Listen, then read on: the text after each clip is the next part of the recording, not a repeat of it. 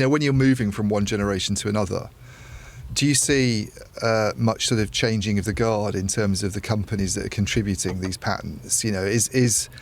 Because I do wonder when we go to 6G, and I remember there was speculation about even going to 5G. Does this disrupt things a lot? Are the players that hold royalties and patents in the 3G world or the 4G world going to lose You get the out? impression there's a little bit of a land grab with each generation. What's done before? There's no kind of hard cut-off, and then and if that's the case, is it then very hard to disrupt that and break into that kind of system? Kind of both. Right. Okay. So...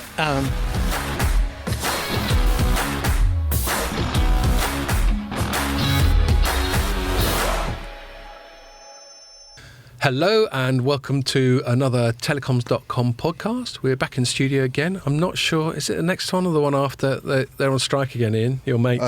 It's next Wednesday and Friday.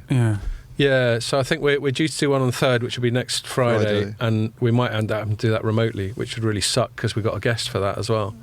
But it is at least someone who's been on the pod before. Thursday. So just to tell people in advance, we're expected to get John Baker from Mavenir on. At least he's been on the pod before and we know him. But it wouldn't be the same if we have to do it remotely. And on the guests, I have to say that we are once more fortunate enough to have a special guest. Rajesh Pankaj, is that right? Yes. I was really worried about screwing your name up. Rajesh Pankaj, who is from InterDigital. What's your job title at InterDigital? Chief Technology Officer. Okay, so you're CTO. So that's quite a grown-up. It's quite a grown-up guest. We like it when we have grown-up guests. Teaches us some manners. So thank you very much. Welcome to the podcast. Great to have you here. And you brought some beers. Good skills. The guy we had on last week thought we were joking when we said bring some beers. I would not take that as a joke at all, ever. No, exactly. We gravely said we don't joke about beers, mate. So yes, good stuff. Should have asked for some gin, shouldn't we? As it was Juniper Networks. Well, quite. Yeah, exactly. And actually, you made that joke on the pod, and I didn't laugh then. I know. But only joking. God bless. So yes, no, we should have insisted on that. We'll start asking for bespoke alcoholic bribes. To do with the name of your company? Yeah.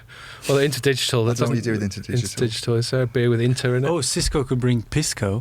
Pisco. We could have Pisco Sour with... Oh, yeah. I bet you they've done that at trade shows. They've had like Cisco Sour. All right, the challenge is to come up with a drink that goes with InterDigital by the end of the podcast. Okay. The challenge will be to be able to pronounce InterDigital by the end of the podcast. It's one of those days where you can just... by the end. So, it's like saying service provider really fast. Is it? Right. So yes, and we'll get back into what InterDigital does in a sec. But it's great to have you in the studio. You missed the train strike by a week, so well done. We're having a lot of strikes at the moment. It's like the 70s all over again in England. Well, thank you for having me here. No, it's a pleasure. It's a pleasure. Before we get into that, a bit of a shitty day today. We're in this nice sort of grown up sort of glass corporate built high rise here in Former Towers, and when we looked out when Rajesh just arrived, he was like, "Are you getting the windows cleaned?" And no, it just was pissing it down. They just missed it by a couple of minutes when they arrived. So you just get this extra view. It's like being in a car wash or something. Yeah, it's been all right most of the week though, hasn't it? Yeah, it's been cold. It's a bit nippy. Yeah. But then it's the middle of January. It's either cold and sunny or... I know, my dad rings me up and goes, "It's cold." And I go, "Dad, it's fucking January. Yeah. What do you want?" Well, yeah, but people notice it because they're not putting the heating on. Well, there is that. I'm having to lecture him to not be too... Because you worry about... We've had it on a lot this week. I'm a bit worried about the next bill, actually. I mean, I know they work it out not on a monthly basis, but... Oh, they do mine monthly. You don't want to get mould. Well, we don't want to get mould. Yeah, my last bill was fairly meaty, and I'm expecting this one to be it as well. Anyway... other than that, in terms of stuff we've been up to this week, I haven't been out of the office, but you have, Ian, and together with Deputy Editor Andrew, you went to an event. What was it? It was a Qualcomm event in central London. Oh, and we should say, Rajesh, before he was at InterDigital, you were at Qualcomm, weren't you? Yes, I was. So there we are, a little blast for the past for you. Yeah. Sorry, go on. Yeah, they had a few executives there, and they were basically pushing millimetre wave, which is... For people who don't know, it's very high band spectrum. I mean, they class it as, I think, strictly speaking, it's actually higher bands than this, but they start referring to millimetre wave when you get up to sort of 24 gigahertz and above. Yeah. And then it goes all the way up to 100 even. I think. Just to remind telecoms noobs, the sort of normal spectrum that we do mobile phone signals over is more like 1 gig, isn't it, in that area, 1 to 2 gig? Yeah, I think with 5G it's sort of 3.5 is the sort of. Well, that's the mid band, but they're still refarming some of the lower band as well, aren't they? I mean, in the US, T-Mobile's got 600 megahertz. It's using for 5G, they've got that in 2.5, I think, through the Sprint acquisition. But more or less, as we've spoken about on the pod, that the higher frequency you get, you get some trade-offs. It doesn't travel very well, so you sort of have to have lots of smartphone users kind of gathered around the bottom of a base station to get a really good signal. Doing some little pilgrimage. But there's a lot more spectrum in those ranges, so you can get you have fatter pipes basically. Indeed. You can get sort of much higher speed services, but.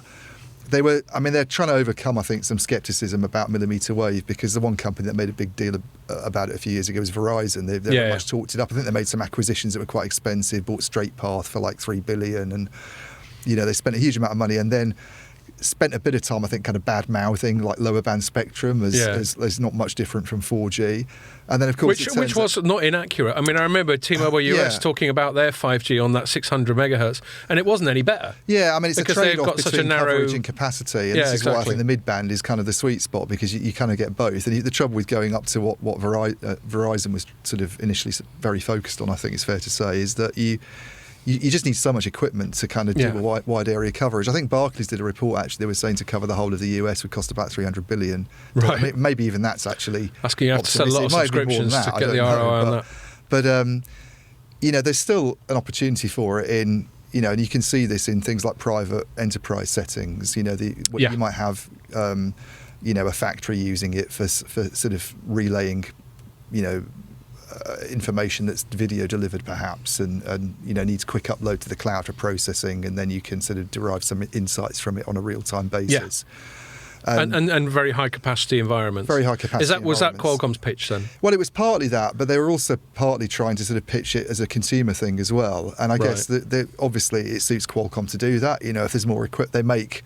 They're in the small cells game. This is what you need to roll out: smaller cells with millimetre wave. Well, they'll equipment. make the chips within they small make the cells. chips that are used in those. They obviously sell chips that are used in phones, and people are going to need to have new phones that are compatible with millimetre wave. So it suits them to kind of talk it up, and you can kind of see what they were. They were basically saying that. A good use case for it is to have it in places like stadiums, sports stadiums, and concert venues where you've got maybe 80,000 people, and you tend, if you've been to or those wanting to send selfies. Yeah, I mean, anybody knows you try and send a short video to someone, then it really kind of it's very slow. You can't get anywhere. It's quite disappointing. And the pitch was that operators could use it in these cases, and it might be. It might sort of, it sounds counterintuitive, but it might work out more economically. I think the idea is that if you had, say, at Wembley Stadium, millimetre wave equipment, and then you've got, it's kind of under the umbrella of a base station serving the wider Wembley area, you might in future have to make less investment in that 3.5 gigahertz cell. Okay. You're sort of offloading some of the traffic that you get in that particular cell. Okay, so they didn't oversell it. They didn't. The trouble for me is that at first there's still more upfront investment involved. Obviously, it still requires some kind of densification, even if you are just targeting these hotspots. And then there's the operators themselves who often complain about making all the investments. As we know, we always talk about this, making all the investments and not getting any of the money because. ARPU's going down. They're not made a great success of pushing into get the world's smallest violin out. And Qualcomm's answer to that seemed to be the sort of idea of this high capacity pass. Where you go in and you pay for it on a short term basis. Yeah. But Andrew was there from Telecoms.com, and we were both a bit sceptical about. Yeah, and I edited his write up, and I saw. It's almost like the trouble with doing that is it's almost like you're saying. Ordinary 5G isn't quite good enough, and that's not really the message they want to send out, and I think people have been sold this higher speed services. And now they're saying you've got to pay a premium. Now they're saying, well, you need to pay premiums to have it proper. So, but I'm not completely dismissing it, No. And we've always been sceptical about the propagation characteristics, but that was the broad gist of it anyway. So Rajesh, obviously you don't work for Qualcomm anymore, and you don't speak on their behalf. But more generally, I don't know, in your old role there and your current role now, do you have to sort of evangelise millimetre wave? Do you have a position on that? I do have some thoughts on millimetre wave, and as a technology, millimetre wave is a tough technology, as you guys talked about. Propagation-wise, it's a difficult band to get good propagation in, but it does have higher capacity. Just as you pointed out, that's where a lot of bandwidth is, and so you want to take advantage of that. ultimately, I sort of agree with the case that Qualcomm was making. Yeah. That in order to get to cover some of these areas where there is very dense need, that you may want to use millimeter wave to sort of take advantage. So it's very specific use cases. Yeah, and so the way 5G was designed, millimeter wave was a part of it. For exactly to take care of those kinds of situations, it's supposed to work with the midband. It's not supposed to work in isolation. Yeah. So to me, that makes sense. And that's where, again, I wouldn't necessarily expect you to comment on them specifically, but so speaking for myself, that's where I think Verizon strategically made a mistake. They went a bit too all in just on millimeter wave itself, both in terms of their spectrum acquisition and then in terms of them services they were doing on the back of it. And the problem was, I can't remember, there are all these companies that do these metrics, like we have Root Digital, Root Metrics, came out this week. And it was really funny. This was about a couple of years ago, I think, or perhaps more. You had, and they were just looking at 5G, and you had T-Mobile had brilliant coverage and shit data rates. And Verizon had brilliant data rates and shit coverage, and it was just the perfect illustration of how polarized that can be. You can have 5 or 10 megahertz worth of 600 megahertz spectrum, and you're not going to have any fatter pipe than you had in 4G. And we had a chat about we had a whole pod on whether 5G is intrinsically better than 4G, all things being equal, didn't we? Yeah. And concluded largely not. I think there were some advantages, but in terms of whether a user's using low band, a small amount of low band over 4G and 5G, they're probably going to get quite similar data rates, was my understanding from that. Correct me if your greater expertise contradicts that. And then, and so Verizon could have, and I think to generalise, Americans tend to overmarket a bit, in my view. From my English taste, it's like, all right, calm down. And they went really big on how we're going to have these incredible data rates, but no one could get it. So I think they slightly overpromised on that one. So yeah, okay. Well, we're going to talk about even more futuristic stuff than millimeter wave, hopefully. Sure. So I'll leave that. I think I forgot to do the thing last week, so I'll remember this week. We also have a member of the audience, just clearing her throat. Hi, Roya. No, don't worry, it's fine.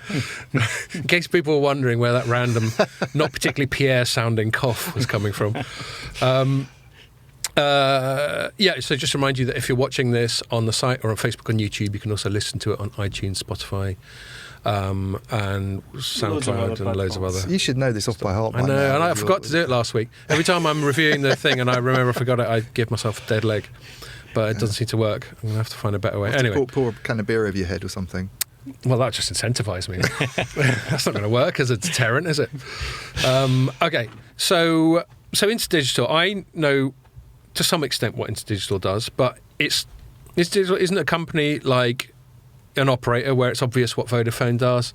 Not even a company like a big vendor like Ericsson. They sort of sell kit. What you do is, I'd say, in some ways, even sort of further up the R&D food chain. So without butchering what InterDigital does even more, why don't I start by inviting you to just let our audience know roughly what InterDigital, where it fits into the great scheme of things, why it is we're talking to you. Sure, I'll be happy to explain that in just a few words. So InterDigital is an R&D company. We develop technology in wireless and video, and these technologies we typically take them to the standards of the relevant technologies. In the case of wireless, it could be 3GPP or 802.11, IEEE. In a video compression case, it could be MPEG or related standards bodies. And so we work with the standard bodies to get these technologies out to the market. And of course, we have patents on those technologies. And we'll get into that. And we monetize that through patent licensing. So why do we need you? I mean, we already have these things. We've already got 3GPP. We've already got MPEGs. What I suppose I'm asking you to explain partly the business model and partly where you fit into the broader mix as a specialist R&D outfit. So 3GPP and MPEG and all of these bodies that we talked about, I mean, they are not something that is outside the industry. They're part of the industry. So 3GPP consists, there are people there from different companies. And those different companies have different interests. Some of them sell products like they'll sell chips that go in your phone. Some of them sell the base stations and equipment that go with that. Some others may have an interest in developing applications that go on top of that. All of these companies, send people to go to 3GPP, who then develop together the wireless technology. Okay, and we have a particular role to play in there. We are pure R&D company. So, for example, I have a great wireless R&D team that we develop the technology that is going to become part of the wireless ecosystem, and we go into 3GPP to make that part of the wireless ecosystem. Think about it this way: when you hear somebody talk about what's in 5G or what's in 4G, 5G was not invented by just one company. Okay, there are multiple companies that had to come together. They all brought their best ideas, and it went through the process of 3GPP selection, where there is a lot of comparison goes on as to, okay, what does your technology look like? What does my technology look like? How do you compare them? And there's simulation results are presented. There's a lot of technical discussion. And then that's when you decide whoever has the best technology, that becomes part of the standard. It's quite sort of democratic. Is it quite open? It's if you, because I've been on. It's not a vote though, is it, or is it? There is a kind of vote process. There is a voting process. Typically, I have attended multiple meetings of standards bodies, and typically what ends up happening is that as you are discussing different options, it becomes pretty clear which one is better than the other. And so generally there is consensus. Occasionally there is a lot of debate that there's a potential for it to get a bit political, I imagine. Like to have little cabals and allies and people with a collective interest in pushing a certain thing. Like in the past, I'm not sure if this is relevant, but in the past we've had potential technology schisms like WiMAX and LTE and that sort of thing. So presumably, I would imagine it could get a little bit fraught. But WiMAX was outside the cellular outside of everything industry, wasn't it? Fair enough. It was. I think it's more an issue with things like maybe TD-SCDMA, which. Although that seemed very much to be, which is a Chinese version of 3G, wasn't it? Right. But it seemed to be done quite outside the standards process almost. And ultimately, it did get brought into the standards process, but although it was mostly developed outside, and then eventually it got brought into 3GPP, and then it got developed there also. So a technology can be sort of potentially injected into the standardization process at any stage. It could be quite far down the R&D route before it gets presented to the 3GPP people. Yes, it can be. So think about it this way. 3GPP would have typically, one set of technologies, so what we call 5G these days, okay, so, 5G NR, that has, that was developed with some sort of consensus from the beginning. So there were some ideas that people first discuss and say, we want 5G to have these characteristics. Yeah, I find that, even that process I find interesting, and we'll get into that when we talk about 6G. Sure. Because who decides these things? It always reminds me, sorry, little tangent. One thing that's always fascinated me is things like fashion.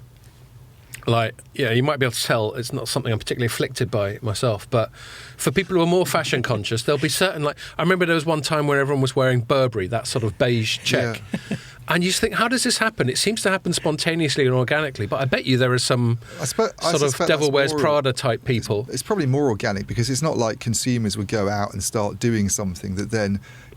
with fashion, people can start wearing something, and then all of a sudden, the fashion company goes, "Look, the kids are wearing this. Maybe we should try and commercialise it." Whereas the industry kind of needs to take the lead on something like this. No, I'm sure the comparison doesn't bear up to close scrutiny. But there just seems the reason I bring it up is there seems to be a spontaneous, organic nature of it. Like, was there a time when everyone sat down and went, "Right, that's 4G done. All right, lads and lasses, what's 5G going to be?" And are there masters of the but who are they?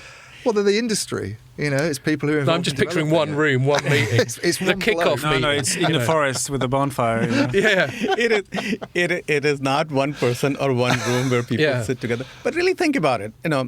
These progressions of different Gs are not quite as random as you may think. No. Okay. What ends up happening, is that the engineers like myself, researchers like myself, design something with a certain goal in mind. Okay. Think about when initially 3G was being designed. We were thinking about people are going to start to use a wireless network for more than just voice and just a little bit of data. They would want more data out of it. So we said, we want to make sure that you can get a big pipe coming to you, right? Because mostly the data that you use is download. Okay. Then we started to think, you know what? people want to take pictures because by this time there were cameras in the phones and they want to upload that picture. So hey, the uplink is important too. So increase the bandwidth over there. And then you start to think about, hey, we designed it for these things, but now people are using it for a lot more interactive applications. So we weren't thinking about latency before to make sure that the latency is as low as possible, but now maybe we need to have a mode that will reduce latency. And when you start to do these things in 3G itself, when we started to first think about doing that in 3G itself, then that system became a little more cumbersome, simply because it was not originally designed with that. So then we started to think about 4G, hey, can we think about these things in a more integral way? And then same thing happens when you go from 4G to 5G. So the narrative you painted there, and I know obviously it's very distilled down and simplified for the purpose of this conversation, is sort of reactive. Like, okay, people want Uber, or okay, people want to be on social media, or they want to stream video or whatever. But 5G comes over as a bit more proactive in so much as it seems to address some use cases where it seems to solve problems that don't yet exist. I think it's all proactive.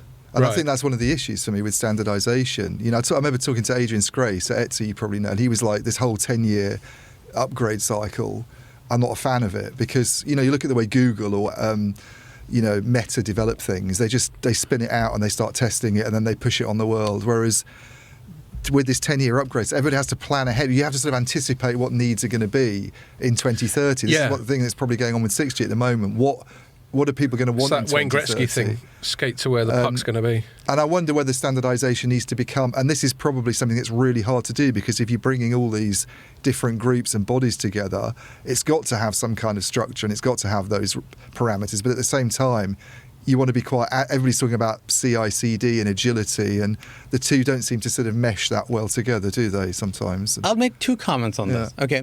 So when you compare with something like Meta or Google, very different businesses. Okay. In the case of Meta, for example, okay, they are completely in software business. They don't have to interoperate with somebody else. You don't have to think about, how is Meta going to work with somebody else's system? All you have to do is that can you download that on your phone or your device or on your computer or not? Yeah. That's all you have to worry about, okay? So what Meta can do is they can quickly make a change in their software, test it out, because they can roll it out to a small number of their customers, which will still be a lot, and they can iterate much, much faster. Think about, in comparison to that, how things work in the telecom industry, okay? If you want to go from 1G to next G, if it's just a software upgrade, even then, you have to load that software on all those base stations.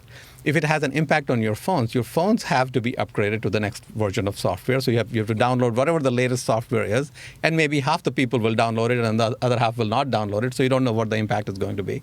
And then you have to figure out whether that worked well or not. But in most cases, particularly when you go from 1G to the next G, you actually have to change hardware. Yeah. So you have to change cards out, you have to get a new phone. So in some sense, given the amount of investment that is needed to go from one generation to next generation, you have to do some amount of forecasting. That's the only way you're going to do that. Yep. And you're not going to get it right 100%, because think about it. Most of the people who are in these conversations in 3GPP, are people like me. We understand technology really well. If somebody says, hey, I really want the bandwidth to be this much, can you design a system for us? We can design it. And then we'll say, but this is how much it will cost you, because of course anything that you want, you will have to pay for it. Just like as I was talking earlier, if you want lower latency and high bandwidth, it will cost you more than a high bandwidth but not worrying about latency. Those two things in the system, right? So you have to think about how do you design the system in such a way that it can meet the needs of the application, that you can think about it that will come in the future. And here is what, we are all really bad at predicting the future. Right? Yeah. I mean, that's and because the cycles are necessarily long and complicated, you are going to think about, we believe the world is going over here, and then you will design the system based on that. And then after that, you will see the people will start to use it in ways that you didn't think about. If you think about how people start thinking about 3G in the first place, everybody has been talking about video telephony for years and years. Since the 60s, people have been talking about video telephony. And nobody wanted to use video telephony until, there was a pandemic and everybody had to get on the... But even then, not on their phones. I mean, how many people are walking around with their phones having video? I know some people do. But I do see that happening quite a lot now. I think one of the problems with 3G was the devices weren't very good, were they? And, the idea of doing a video call on one of those... Well, and 3G bandwidth wasn't good enough anyway. Sure, but I think it was mainly a device issue because you didn't have a touch screen. You had a tiny little screen, and everybody, Nokia and Ericsson, tried for years to get the form factor right, and then all of a sudden, and I'm not saying it was those the first are the touch days screen. when we had little slide-out QWERTY keyboards. Yeah, it wasn't. And shit I know it wasn't the first touch screen ever, but what Apple did with the iPhone when it came along, which is still 3G, the first one was late. It was HSPA was going, wasn't it? Actually, first one was not even HSPA. It wasn't. It was Edge, Edge, wasn't it? Yeah, Edge, wasn't it? It was not even 3G. Yeah. No, the first iPhone, while it was incredible sort of paradigm shift in terms of user interface, was shite as a phone. It was, but you could, because it had Wi-Fi, you could sit in a room and watch video on it and do things like, which is quite different from. And then all of a sudden, I think that led on to the idea of actually having calls. But my wife does video calls a lot with her family. Right. I think if you live, if you have relatives abroad and you don't see them very much, and it's just more convenient than getting the laptop out, isn't it, to have a device with a decent screen on it where you can do a video call, and it kind of works really well. We do it with my son in America quite a lot as well. Yeah, so, I imagine if my son had cleared off the States, I'd be doing video calls with him. Yeah. Just to make sure he's looking healthy and just be a sort of fretful parent. I was going to ask about because you were talking about the feeding things into the 3GPP, but in terms of because you have all these regional standards groups, don't you? Like ETSI and is it ATIS in America, and there's about 7, I think, aren't there, sort of globally. Yep. But I've never been quite sure how that process works in terms of how they line up with the 3G people. Would you sort of work with those groups initially, and then they kind of feed things back? It's like a sort of tree that eventually goes back into the 3GPP? Okay. So it is a little complicated, but I'll try my best to explain that in a simple way. Okay. Each of these bodies, so ETSI for Europe, ATIS for US, and there are all sorts of bodies all around the world, they have basically agreed that whatever 3GPP comes up with, they're going to adopt that as their standard. So, of course, they don't want to do that blindly, so they have an input in that process. But once the 3GPP, as a whole comes up with a set of standards, that standard gets adopted by ETSI. So everyone's understood that they can't be, and actually, this is a reminder to bring this up. There can't be these sort of schisms, these sort of dual. The whole point of a standard is that everyone's going along with it eventually. Exactly, and 3GPP stands for 3G Partnership Project. Yeah. Right. And 3G it's partnership. Slightly obsolete name now. Exactly. It should be 5GPP. Yeah. But anyway, the reason 3GPP came about was because before that, every country or every region had their own standard, and they were not interoperable. Right.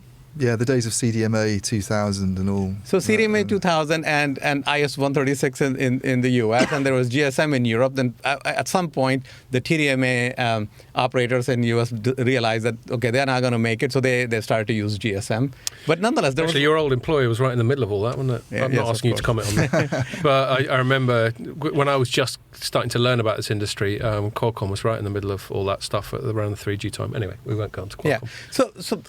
So ultimately the point being that the reason it works is that these different standards bodies have agreed that they will adopt 3GPP standard as their own. Okay. Yeah. And InterDigital itself, I mean, if you look at the other companies that get associated with this process of developing patents and technologies, and as Scott was saying earlier, they're quite different in terms of largely being big kit vendors, and they make things as well, and you're pure R&D. But does that make you very different? Are you kind of a one-off? And I guess why aren't there more companies doing it really? Because we are somewhat unique in that, in the sense that most other companies that are participating in 3GPP and other standards bodies, 3GPP is for cellular, but there are other technologies that we're in also. They do have other businesses also. So if it's either they're selling these boxes to the operators, or they're selling chips that goes in the phones, or something, or maybe they're selling the phones themselves. Our model is a little bit unique simply because we are pure R&D, and it could be an advantage or a disadvantage, and depending upon the situation. But I really like it. At the bottom of my heart, I'm a researcher and engineer. I like to design new systems.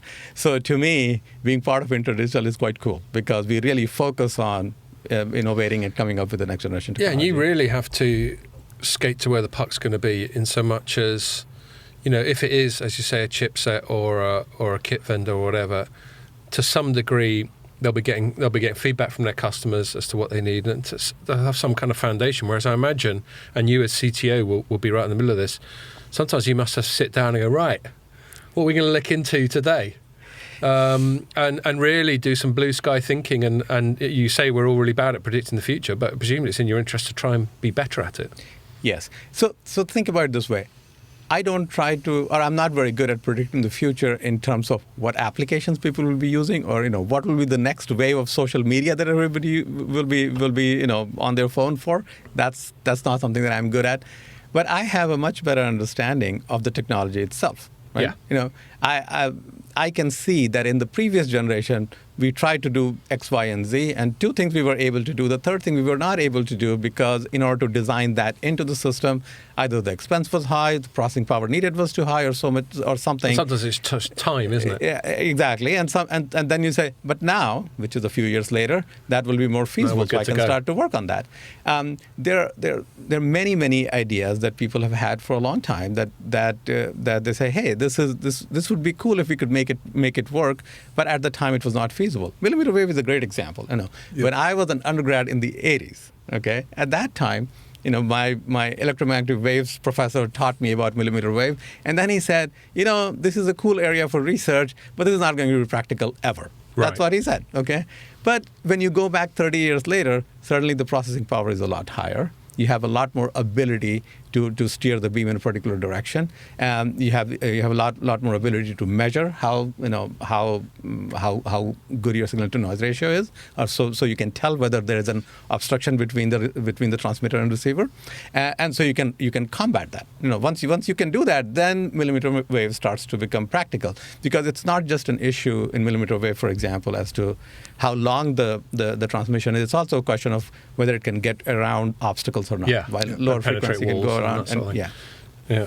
So in terms of how the business model works for you, you contribute your expertise basically, yes. And then this allows you to then have a sort of role in charging for the licensing and collecting royalties, and that tends to work by.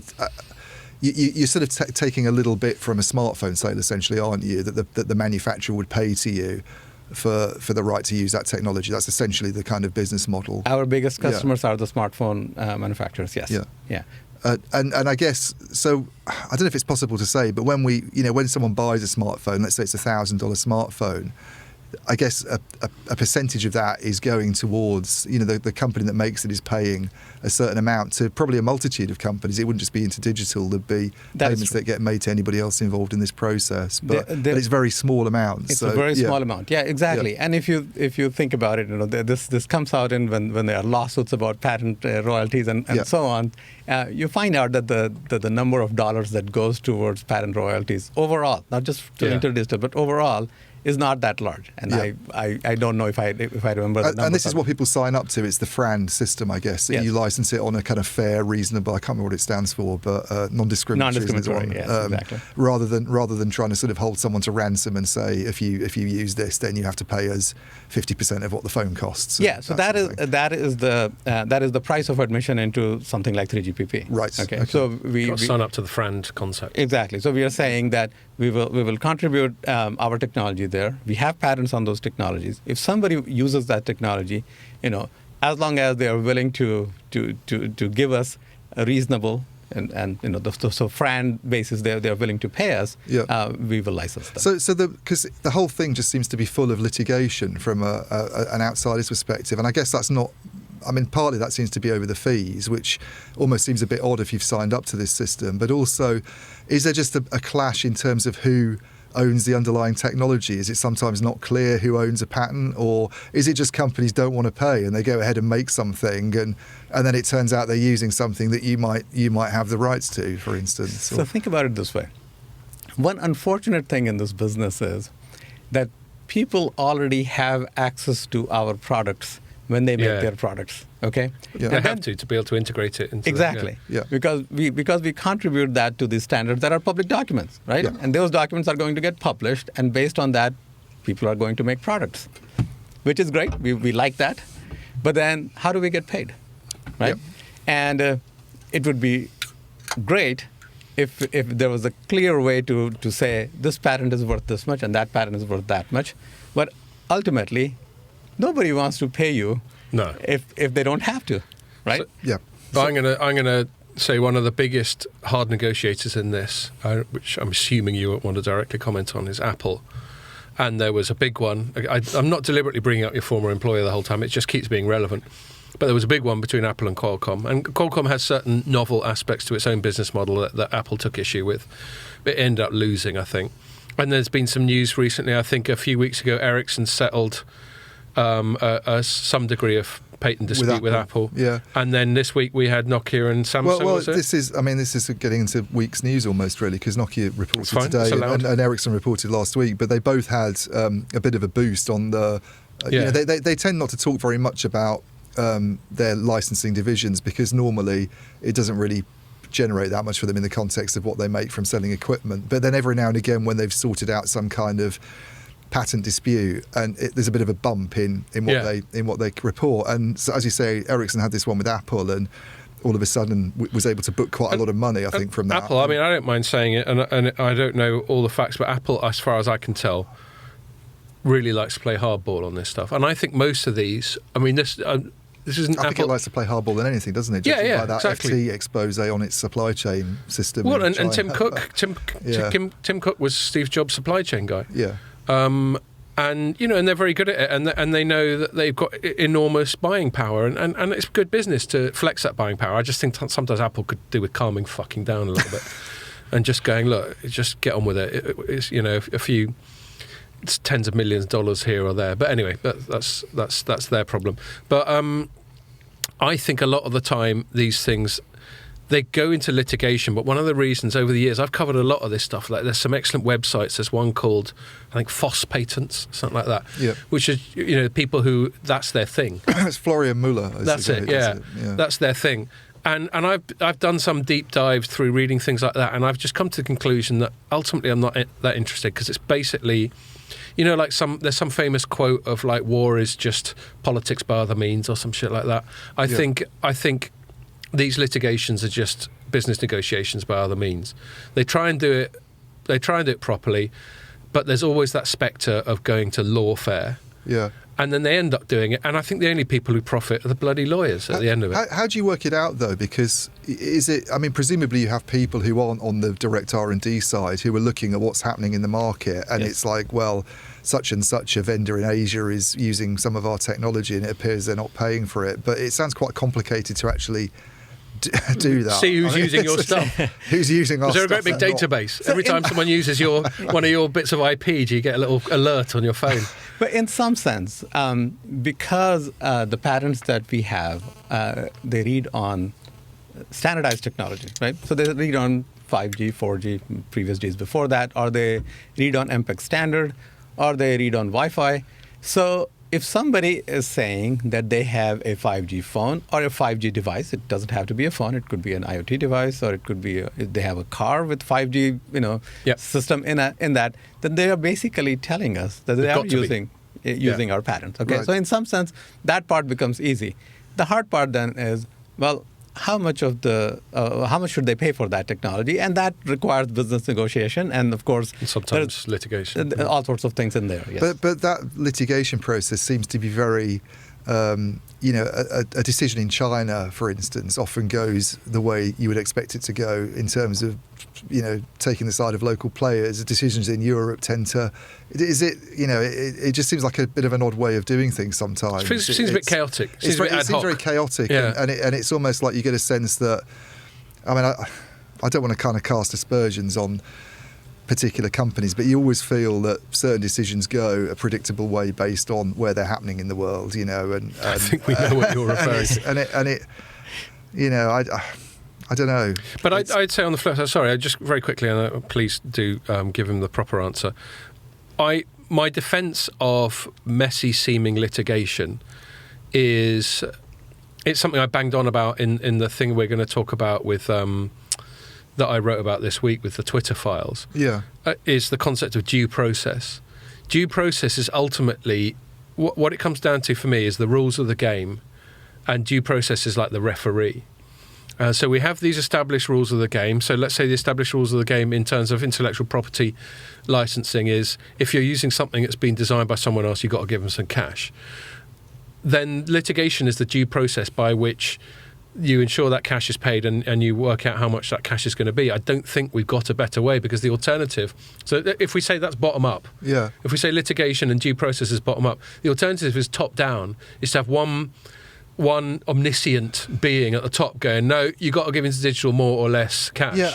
That person is going to be flawed, they're going to be open to corruption, all that sort of thing. So anyway, that's my argument. I get that, but it's not like a mathematical thing, is it, where you're right, you're wrong. It's like a lot of law court decisions, and it seems a bit arbitrary, and there's all sorts of outcomes where one party's unhappy and thinks that it's been hard done by. So Roger, sorry, you were going to answer before. I'll cede the floor. I am not sure that I have an answer, but I'll make some comments. Okay. How does the price of anything get determined? How do you know that the number of pounds you paid for your sweater was the right amount? Whatever it was too much. It's like an old granddad sweater. I couldn't resist that cuss. You cross them, I'll nod them in. So the point about that is, in some cases, the reason you know how much you're going to pay is because probably there is a precedent. You have bought other sweaters before, you know how much they cost. Somebody who can make the sweater for 1/10 the price will probably still sell you the sweater for the same price, because he knows they can get that much money from you, because that's how much you're willing to pay. But of course, so all of these things happen, right? And the same thing. So same thing happens even in case of patents. Now, the dispute comes in because the two parties believe different things about their patents, right? So we may believe that our patents are worth a certain amount of money, and we go and talk to somebody that... And presumably you err towards higher sums, and the people buying them off you err towards lower sums. The range is always has to be does it have to be within a certain range based on that kind of Frand idea that you can't sort of say, well, we believe it's worth half the price of the phone, for instance. But even within the Frand range, the numbers could vary quite a bit. Right, okay. Again, think about the sweaters. If it had a label that said Gucci or Louis Vuitton, I'm sure you'll be willing to pay 100 times more for the same sweater, because there is something that comes with that, right? Yeah. So the point about that is, that's the reason why, why there are disputes sometimes, and that go to litigation. Now, I'm not an expert in litigation or even negotiation for exactly how much our patents are worth. You're the R&D side. I'm on the side that does the work to R&D. So if you talk to our head of licensing, I'm sure she will have a lot of things to say about that. But in basic terms, we don't always have to go to litigation. There are many times we come to an agreement. With I think the Nokia agreement with Samsung, which was the other big one that got announced this week recently, I think that was without litigation. I think that was the Apple Ericsson was very much a sort of fierce court battle, whereas this was quite different. Apple likes to keep its lawyers sort of fed on raw meat. Yeah. And it's all to do with, the other question I was going to ask is that it's pretty much, because 5G, as you were sort of saying, isn't just used in phones, but it sounds like the whole of the licensing in terms of royalties seems very much to be focused on the phones market at the moment, rather than network equipment, for instance, or...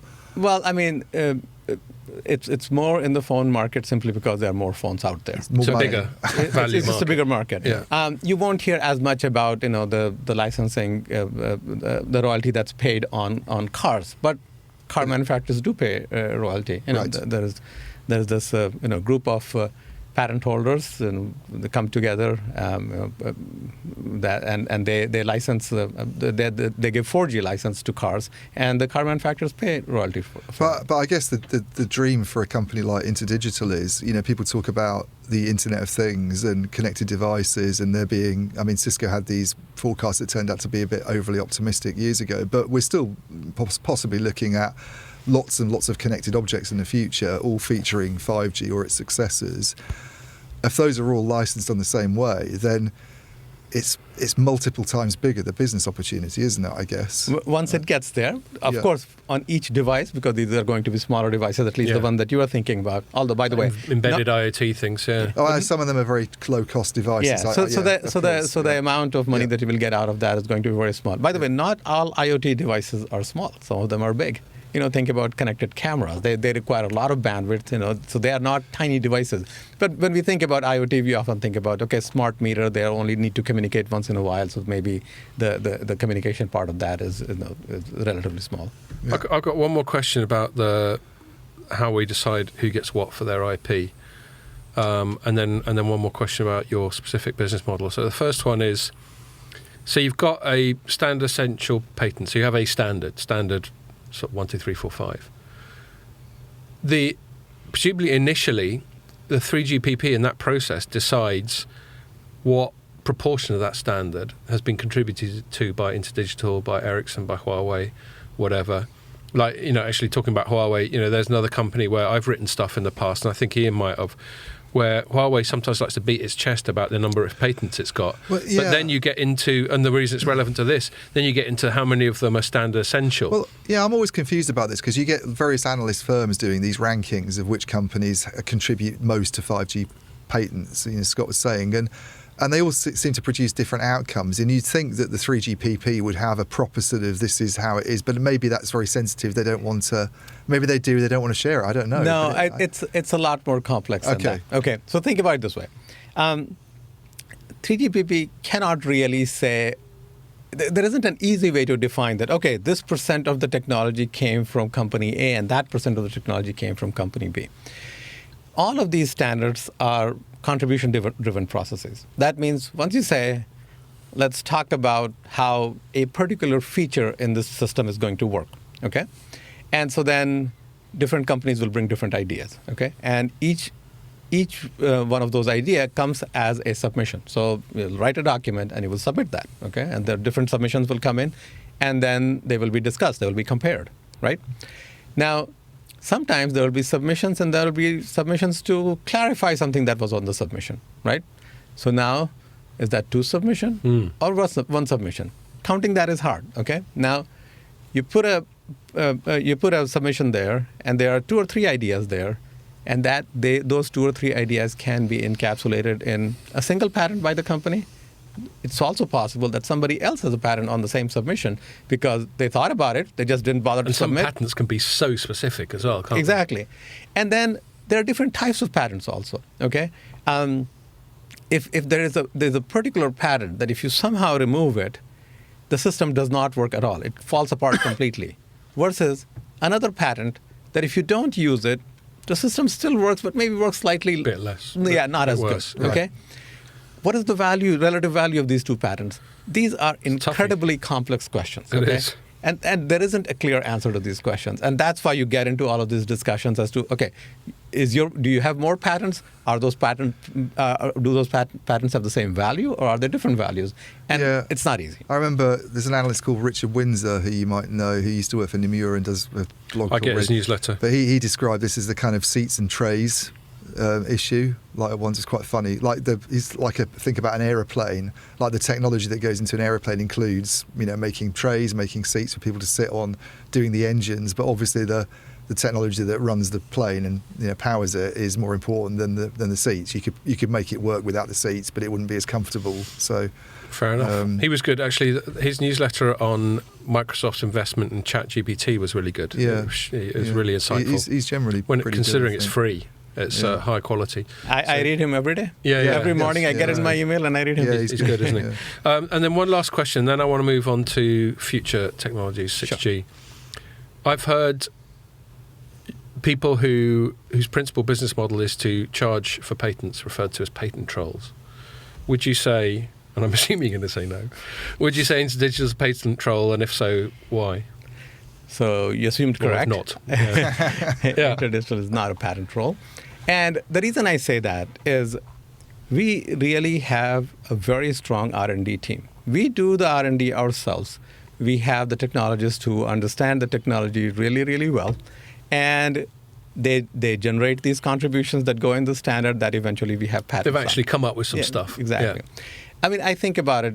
my own career and as a researcher, whether at InterDigital or before in another company, I really enjoy doing research. I enjoy developing technology. I enjoy solving a particular problem that needs to be solved. And then I say, well, I had to get paid for doing that work. Yeah. How do I get paid? For the good of your health. Yeah. And so I got paid because my company paid me. Well, my company has to get paid one way or the other for doing that. If they have a product, well, maybe they can bundle that with that particular product. But I have developed things that my company did not have a product on. Well, how did I get paid then? Well, the only way I can get paid if my company, my employer, gets paid one way or the other. Yeah. And so I think it's completely fair for InterDigital to get paid for the research work that our research team does.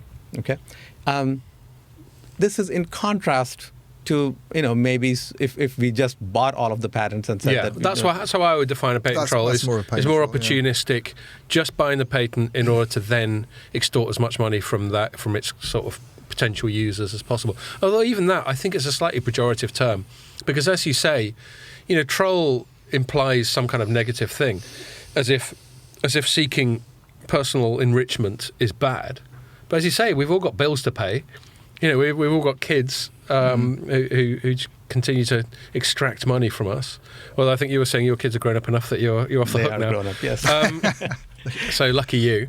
But yeah, I think even them, fair play to them, as long as what we were talking about earlier, as long as the broader system of standardization and of litigation, if necessary, functions, then if I want to go off and drop £1 million on some random patents in the hope that I can rinse Apple for £2 million, then fair play to me. It's still a viable business measure. So the whole term, I take your point that you do a lot more than that. Obviously, you design the stuff, but I think it's just another form of business. Myself, I'm not necessarily that keen on the use of the word troll, but maybe there are some examples of it where there's some really bad faith, sort of extortion level activity that I'm not aware of. But yeah, on the whole, fair play. As you say, you've made something, you own something. If someone else wants it, well, it's reasonable to charge them some money for it. It might be a bigger issue in other industries. I don't know, but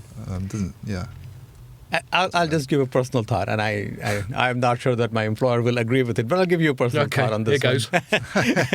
and this is simply this. You were talking about how difficult it is to assign value to these patents, and what that means is that market in this is not, the price is not, there's not liquid market that you can easily define price of it's not like a commodity like gold or something. And that's the reason why it is possible for somebody to come up with a bunch of patents and they can say, well, I'm just going to assert that on people and try to make money.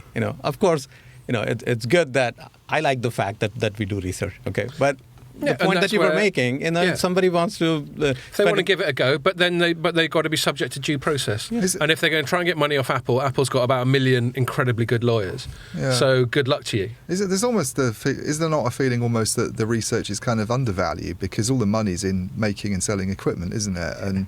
And yet the FRAN system, I know the FRAN system kind of works in terms of generating scale, perhaps, but it's such small amounts that companies that are involved in pure research are able to collect on that. You're asking the wrong guy. I, of course, think that research is severely undervalued. It is undervalued. And it's not just because who my employer is, but because what I like to do. I think it's incredible that we have been able to change the world from where it was, think about 40 years ago, to now. Yeah. And it's because of the work that the researchers have done. Now, exactly what's the right, like you. But what is the right value for that? I don't know. Yeah. I think we are undervalued. But well, as you say, there's a bit of your company that focuses on that more than you do, and I totally take your point. Sometimes, like, I'm a big fan. We're on a podcast, and I'm a big fan of one of the biggest podcasts in the world, Joe Rogan. And every now and then, he just steps back and goes, Look at this shit I can do now with my phone. There's all those analogies about how your phone's more powerful than the whole mission room for the Apollo missions or something like that. And you can do so much. I remember I had a sort of eureka moment 15, 20 years ago, probably around the late 2000s when the first iPhones and Android phones were coming out. I was like, this is a digital Swiss Army knife. Suddenly, I've got a device in my pocket that's incredibly powerful. We're only about a decade removed from people talking about things like PDAs and people having separate sat-navs and people having separate digital cameras and all that sort of thing. And suddenly we've got this digital Swiss Army knife that can do everything and fit in your pocket. It was the whole Steve Jobs presentation, It's a phone, a web browser, it's a music player. You get it? These are one device. Yeah. I mean, that was back in the sort of iPhone 1 days. 2007, Wow. Yeah. The first keynote, yeah. Well, and another thing that Steve Jobs was very open about doing and who's proven right is that you've got to cannibalize your own shit. So the iPhone cannibalized the iPod, which was an incredibly successful product. It's now dead, yeah. By itself. So, yeah, I'm delighted that these things happen. Isn't it? I mean, there were some weird byproducts. Like, I'm not sure I should have let my kids have smartphones as young as I did. I don't think that's my proudest parenting achievement. But there's a certain. What age did they start using them? 3. I remember. I mean, you know what it's like sometimes when your kids are younger and you want them to shut up. You just go, here you go. And I can remember once Jack. Oh, well done. Yeah, do you know what I mean? I remember Jack came. He was pretty young, younger than 10, I'm sure. And I just gave him my phone to shut him up. And then when I got back, there was an email going, "Thanks for buying all these in-app purchases for 70 quid." I was like, fucking hell. Karma. And it was funny actually because I was only recently out of a previous journalistic job where some of the people I knew were in games journalism, and I got in touch with the developer. I won't name them and shame them now, but I got in touch with the developer going, "Look, my son just blew this 70 quid. I didn't want it. It was all a mistake. Can you just refund it and we'll think no more of it?" And they were like, "Fuck off." and so How about no? Yeah, how about no? And then I just went, "I'm not having this." And I went, "Okay, that's fine." And I had a guess at the email address of their CEO and CC'd that in. And I went, "Okay, that's fine. I'll just tell all my mates in games journalism how your business model involves extorting money from little boys." And they went, "Do you know what? I think we can find a way around this." Yes. Yeah, and I did get the 70 quid back. But anyway, so that's a complete tangent. As credit. But that aside, it's obviously as a force for individual empowerment, it's enormous. Anyone, well, not anyone, but in the West, you only need to have a couple £100 to have a perfectly functional smartphone. In developing countries, you can get them for $50 or whatever, and they'll still be, less functional, but functional enough. And as a thing for individual empowerment, like mobile banking and obviously just sat nav and just being able to get around and just have these tools at your disposal. I'm ever since that eureka moment 15 odd years ago, I'm just a massive fan of sort of mobile digital technology, and so anything that supports that gets my vote. So on that note, where's it headed? So we've I've got a segue question. Oh, you got a segue question? Go on then. I was about to segue, but you segue. No, but I was just wondering, when you're moving from one generation to another, do you see much sort of changing of the guard in terms of the companies that are contributing these patents? Because I do wonder when we go to 6G, and I remember there was speculation about even going to 5G. Does this disrupt things a lot? Are the players that hold royalties and patents in the 3G world or the 4G world going to lose You get the out? impression there's a little Or bit of a land grab with each generation. What's done before? There's no kind of hard cut-off, and then and if that's the case, is it then very hard to disrupt that and break into that kind of system? Kind of both. Right. Okay. So when I think about from 1G to next G, it's not that people are thinking, okay, we're done with this G, next G starts. What ends up happening, a particular G rolls out, and then you start thinking about, well, these things are working well. The other things are not working as well as we thought they will work. Or here are certain applications that we thought people will be using it for, but here are some other applications that people are using it for that we didn't quite anticipate.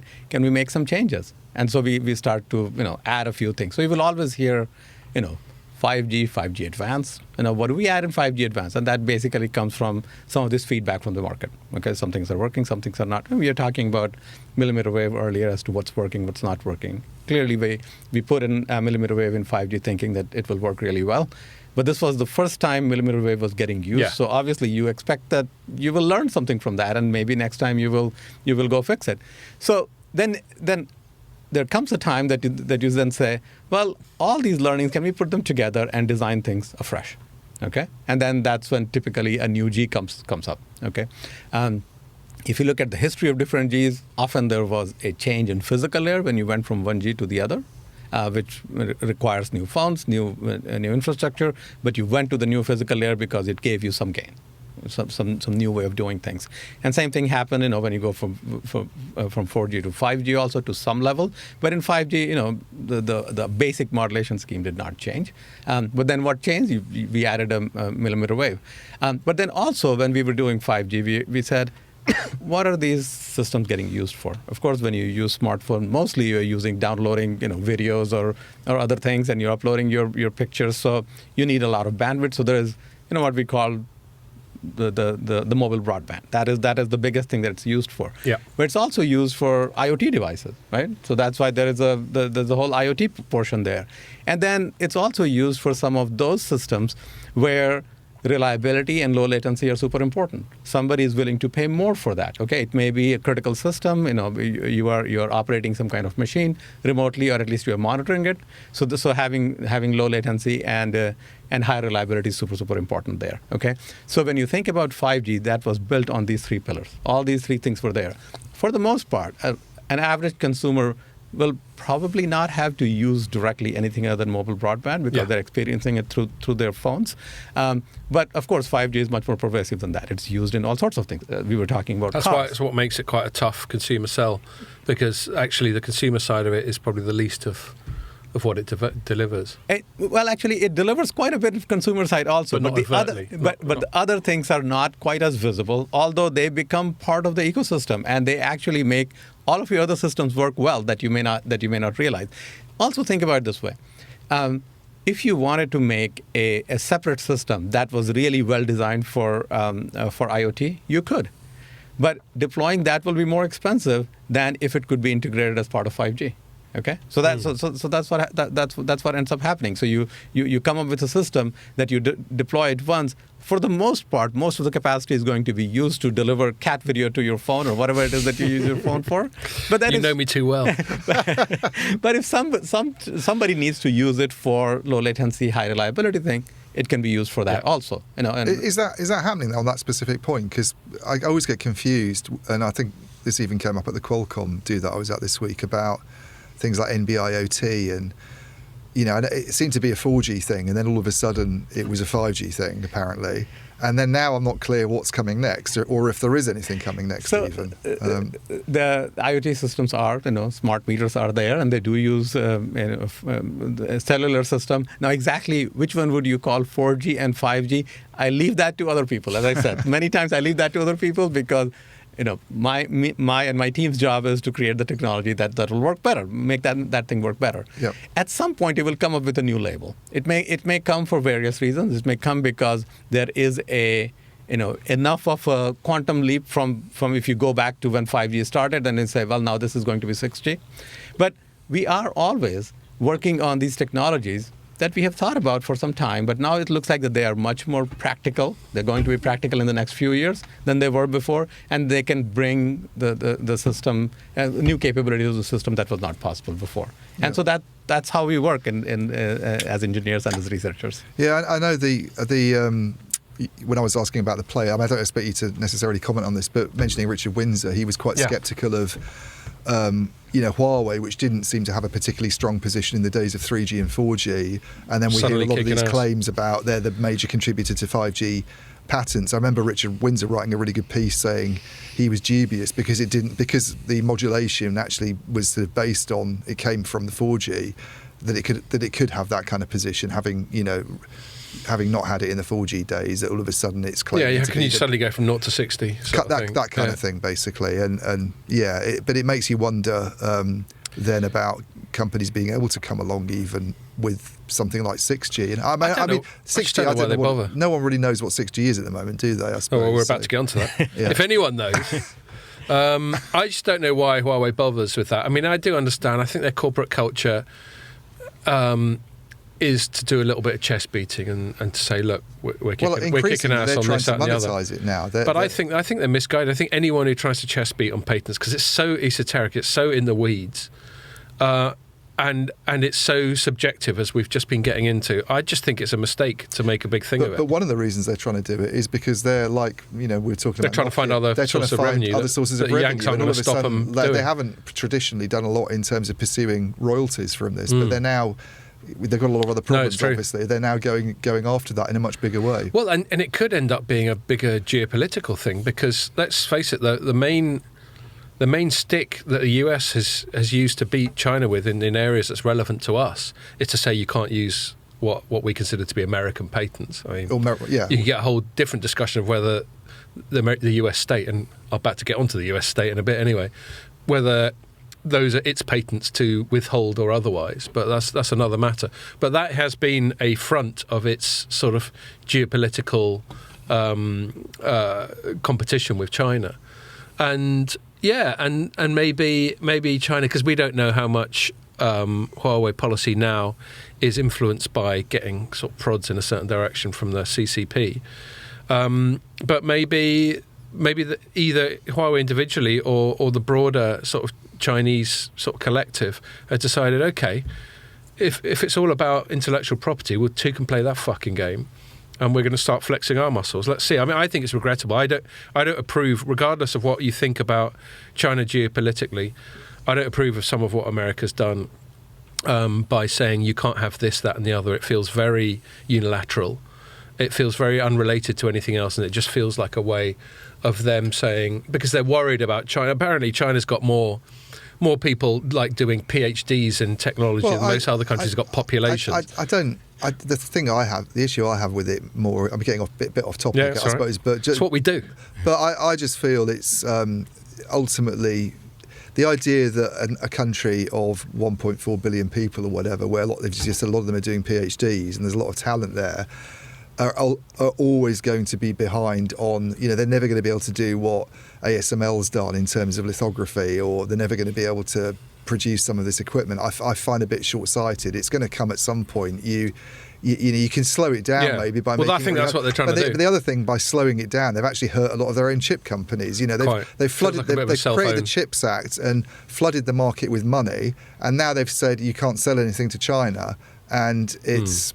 That's very annoying. And they've hurt a lot of their own kind of producers. I just wish, like I said, in the final segment, we're going to get into what I think about governments poking their nose into other shit. I think we should talk about 6G. But yes, before we do that, so yeah, a bit of a tangent there. Sorry, we do that.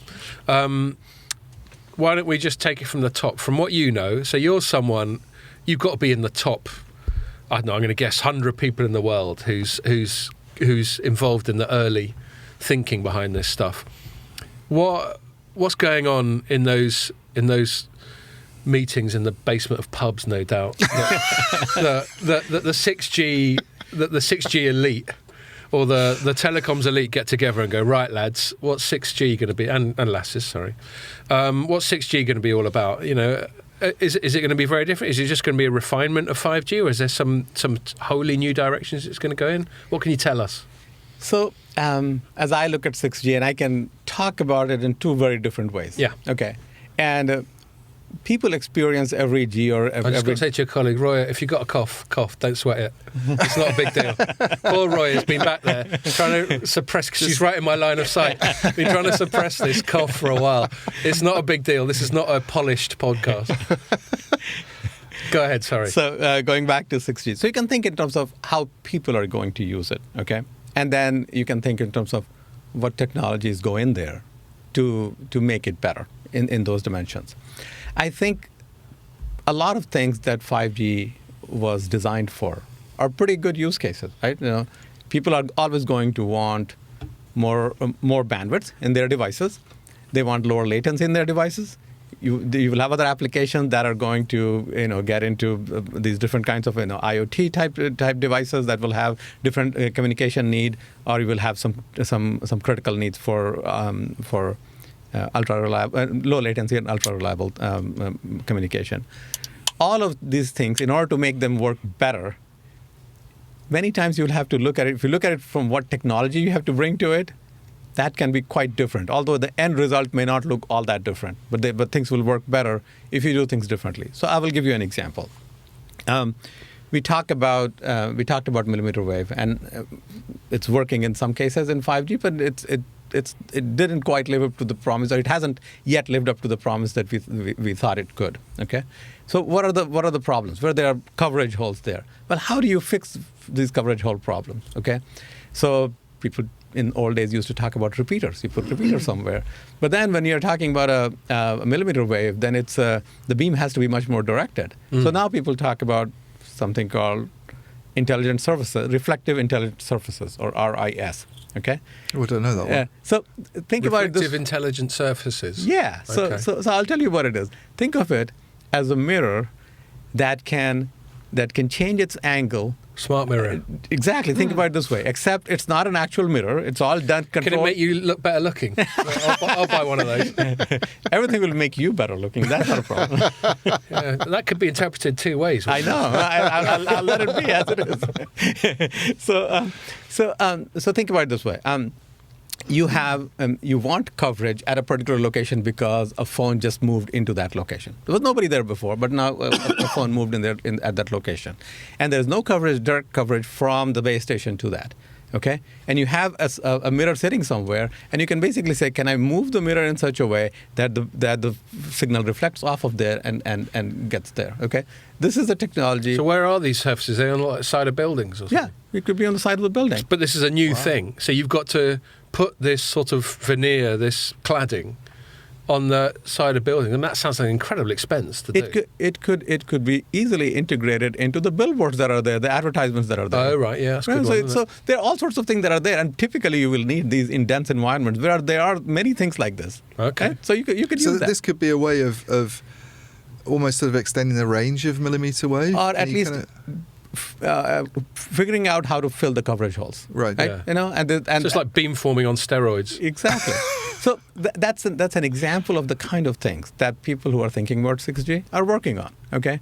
How to make things like millimeter wave that we are trying to use. It works well in some cases, not so well in other cases. To make it work well in more cases, so that you can take advantage of the incredible bandwidth that you have here. Do you think we're at because you've been in the industry for a while doing this, and you've been through the previous standards, but do you sorry, I'm making you sound really old there, but I didn't mean it that way. I just meant you've got a lot of experience. You've been around the block. I think it's fair to say that I'm pretty old. Yes. Okay.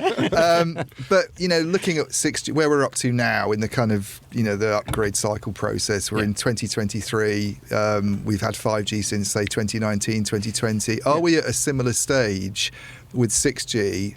To where we are in previous standards when we're sort of 3 or 4 years in to thinking about the next one, or is it a bit more up in the air? Because you do hear some really kind of batshit crazy views about what 6G is going to be. I mean, coming from quite do any big spring to mind?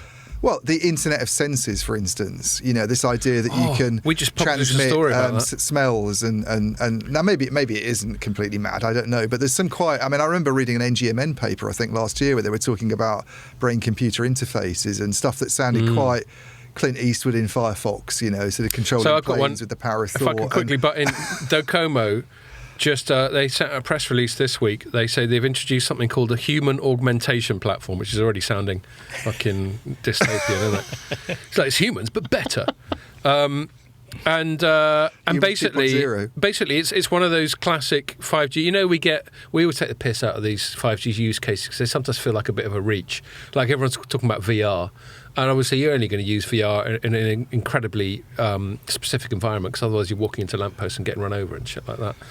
That didn't stop people from looking at their phones and walking all over. Well, there is that. There is that. But I still think there's a whole new level of sensory deprivation strapping on a VR headset. Yes. And then we can see in the more distant future heads-up displays on glasses. Yeah, I mean that's still going to take some adjustment because where do you focus your attention? Sure.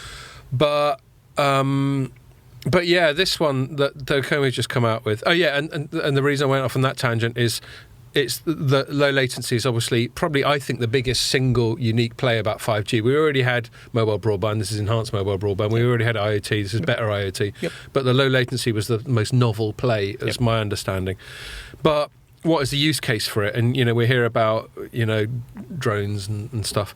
Anyway, in Docomo, just this story we just put up, human augmentation platform. It's basically to do with haptics. And the guy who wrote it, I remember when he basically alluded to the fact that it's a way of having distant, a sort of remote sensory experiences. Yeah. And obviously you don't need to be perhaps as childish as I am to imagine what it might be used for. But some of it almost sounds like it's getting out the bounds of telecom, and it sounds like you do hear people in the industry saying we need to make it that it's not just another evolution, and it's something that's a bit more radical break. So I'm interested to get your perspective as a proper sort of technology person doing research, whether we're at the similar stage to where we were, or whether you do see it being a little bit more. We're not quite as sure what it's going to end up like. So the way I will talk about that is separate things into different buckets. Okay, how you transmit a sequence of bits from point A to point B is something that the wireless technology is going to worry about. Okay, what those bits mean will be defined by somebody else. Okay. Yep. In our case, we do have video compression technology, for example. So those bits are video, bits that represent video. And if you can represent the same video, or maybe 3D video, or some kind of immersive experience in fewer bits, it's easier to transport that across. Now, when you were talking about smell, well, then somebody has to convert the chemical signal into bits one way or the other. Which is not a telecom task. It's not a telecom task, right? Yeah. So it will be done at that level, right? Yeah. We had to write articles a couple of years ago explaining that 5G doesn't transmit coronavirus, and actually getting into the physics of transmitting physical matter over electromagnetic spectrum, because a lot of people were putting two and two together and getting five, literally. Well, a few. Yeah, I say a lot. Enough to justify writing a piece that got lots of reads, so shut up. This happens often enough. I do have family members who I have to talk to every once in a while and say, look, this doesn't make sense. I know you think that this may be happening, and it seems like a very small jump from all the other things that you see happening, which are real. But no, this jump is much bigger than you think it is. But then on one level, in the defense of these people who perhaps are drawing some shaky conclusions, if you can, just the technology of voice alone, how can what's coming out of my mouth be turned by something clever in this mic into an electronic signal, and then saved on Pierre's computer, and then, all that whole process. And then the same goes for video, obviously. So we can do it with audio, we can do it with video. Why can't we do it with smell and touch, and what's the other sense? I didn't say that you can't. Yeah. No, I wasn't challenging you. Taste, thank you. Why can't we do it with all of them? This Internet of Senses idea was, I think it turns up in an Ericsson white paper, actually, and then the University of Surrey was going on about it as well. And the idea would be that you can sit down in your living room and power up whatever equipment you need to do this, and almost feel like you're in Barcelona having eating some tapas with a friend. It's almost like teleportation, but you're not teleporting. I've got an answer to my rhetorical question, and then I'll let you give us a proper grown-up sort of techie answer. Because sound and light are still waves, whereas taste and smell require actual physical particles. Yeah, which is why you need the chemical conversion. Yeah. So anyway, I don't know if that's where you were I don't have any other answer except to say that, of course, quantum physicists will disagree with you that one is wave and not particle. So but that I'm not an expert in that area, so I can't say anything about that. Shit like that. Yeah. I don't think anybody is an expert. To my GCSE level of understanding of physics, that'll do. But yes, I suspect. Maybe they will one day be able to convert actual physical particles into waves and then back again. That's really sort of utopian/dystopian stuff. But I don't think we're there. I don't think we're going to have smell-o-vision anytime soon.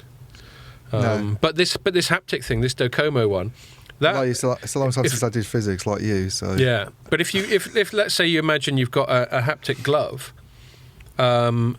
and then it seems quite straightforward to just transmit some information to that. Haptics I've seen demonstrated at Vodafone's offices. I've seen people do haptics, and also quite wacky things that you don't see used a lot, but actually could be done with 5G. Like I remember when they were talking about launching 5G, they had, can't remember her name now, but she's captain of the England women's football team at the time.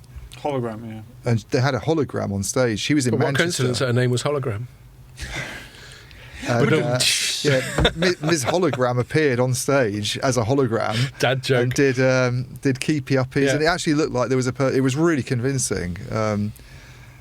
And I guess that was not about 5G. That was about how do you represent something in a particular way. Once you convert it into bits, then of course 5G can transport it to the other side. Yeah, with the right latency requirement and bandwidth requirement. I think that was the thing. It was like 5G can support this type of application, and with 4G it'll be harder because of latency and other constraints. Exactly.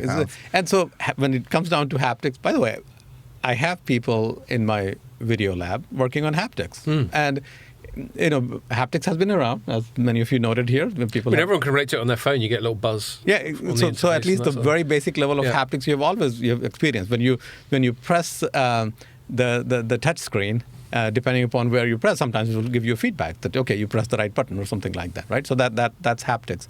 And if you can standardize that, then again, you have the ability for two different companies to design the haptic signal and receive the haptic signal and provide the feedback to the users.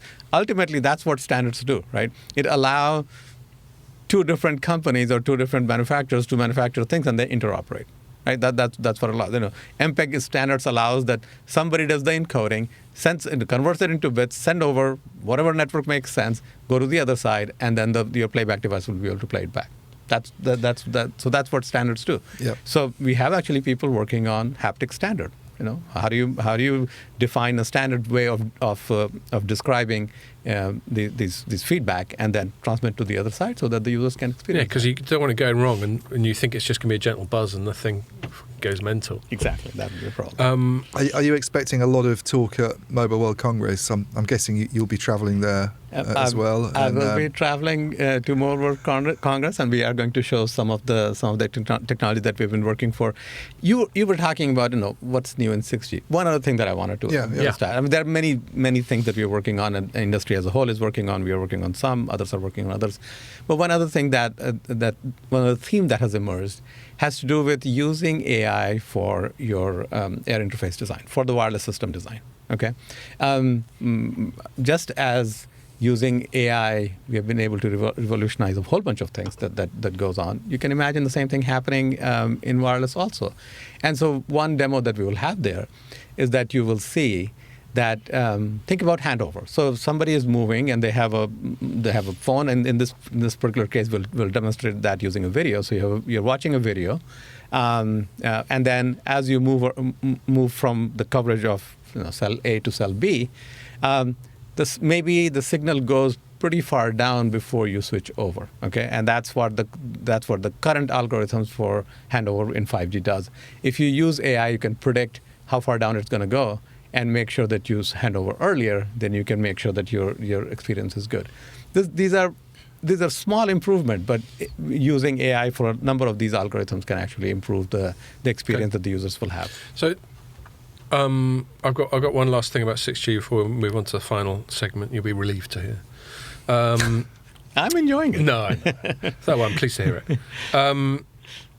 So some of what I know, this isn't what you've said. I'm slightly sort of mischaracterizing and paraphrasing what you said, but some of what you said fits into the sort of crude generalization that sometimes I know we've only had 5 so far, but the odd generations where they try stuff out and the even generations where they perfect it. And I know that's a very stripped down way of describing it, but you seem to be describing 6G as at least part of it is going to be refining and making better some of the things that were introduced in 5G, which all makes sense. And that kind of leads on to my final question about it. Do we need a G? So I understand from a marketing point of view, bear in mind that my day job's a journalist, and so I'm the recipient of a lot of marketing material. And I'm also naturally quite a skeptical, contrarian kind of person. And so when people, and the only 2 generations I've been a telecoms journalist in have been 4 and 5. And in both cases, like especially American operators have jumped the gun. I think AT&T jumped the gun on 4G and was talking about HSPA Plus being 4G or something like that. I think T-Mobile jumped the gun, or maybe I've got them the wrong way around. Anyway, one of those guys jumped the gun, and they were calling the previous one. And I understand why marketing people need to do that. They've got a once-in-a-decade opportunity to reset the upgrade cycle and encourage people to invest in whatever form, buying new phones or whatever. And again, I'll say it's about Americans. They tend to be the most aggressive marketers. So it's not surprising that they're the ones who jump the gun the most. But increasingly, it just feels forced. I think 5G, especially 4G, I sort of got because it was mobile broadband done properly, as far as I'm concerned. The difference, the user experience for me between HSPA Plus and proper LTE in terms of bandwidth was really notable, such that on the rare occasions I have to revert back to that now, I just don't even fucking bother. I just read a book or something drastic like that. But with 5G, the jump for your average user, as we've discussed a little bit earlier on this pod, isn't so great. And so I was just wondering, just a final thought on the Gs. How useful is it to talk about 6G? Is there going to be a cut-off point in 2030 where we're doing 6G? So just any thoughts on the Gs and the necessity of them? I'll offer a couple of thoughts. They are not very precise, but I'll just share them. First of all, I will even defend the marketers who want to give the name. Some of whom might be your colleagues. Yeah, it's for a different reason. We talked about often it's hard to explain technology to lay people. People who are not working in this area, they don't know what's possible, what's not possible. Oftentimes, marketers use a particular G label so that they can tell people what's new, what's different. And about I have this sympathy one. for that. Yeah, what are the different kinds of things you can do here that you couldn't do before? Okay, so that's good. From the point of view where I sit, we are doing research. We are always trying to see, can we improve the system better in this way, or can we improve the system in the other way? And as I was telling you earlier, you've had this experience that we designed a particular G or a particular system with certain applications in mind, and then we realized some things don't work as well, and some things work very well, and then people are using them for applications that we didn't think about, and that requires us to then think about how do you modify the system so that they can support the application that people are using in a better way. And then what ends up happening is that you keep adding these add-ons to the previous design, and at some point you say, you'll be better off coming up with a clean design. And at that point, calling it a new G, from a technology point of view, is reasonable. Well, if it's a clean design, that's fair enough, but it normally isn't. It's incremental, isn't it? Well, it's incremental in the sense of each technology that goes in there may be incremental, but overall design is you start from scratch. And actually, I'll slightly correct myself there, because of course all R&D is standing on the shoulders of previous generations. Exactly. Nothing's a complete greenfield. Yeah. Okay. I mean, the only person I've talked about it in depth is Adrian Scrace at Etsy, because he's, as a person who's in the standards community, surprisingly critical of some aspects of it and defends others. And his view on the G's thing is it actually helps from an R&D perspective almost as well, because you get governments interested. You get a sort of wave of interest in something, and it helps to kind of focus attention on this is the next step when we want to actually introduce some changes and meet some kind of parameters. And if you just said it's another release, it's another evolution, it wouldn't quite be the same. It gives the industry something to work towards. You need some punctuation. Exactly. You need some punctuation. Yeah. And that goes in another way too. Many governments require their operators to deploy a particular G in a particular spectrum. Spectrum is public goods, and then they release that with the requirement that and licensed spectrum is of course a requirement for cellular communication. And some of that gets done in unlicensed also, but license has been the anchor of cellular communication for throughout the life of cellular communication. So there is that angle also that comes in, that from a government point of view, they may want to say, hey, let's define the next G as these capabilities, and then we are going to make sure that the spectrum that's available for that G, you can only deploy that particular G in that spectrum. So I think there is a point to that. But the point that you made is really valid, that it gives you something to shoot for. Yeah. Okay, and it's not just another release. There's some capabilities that you're going to get in the next G that maybe you didn't have it before.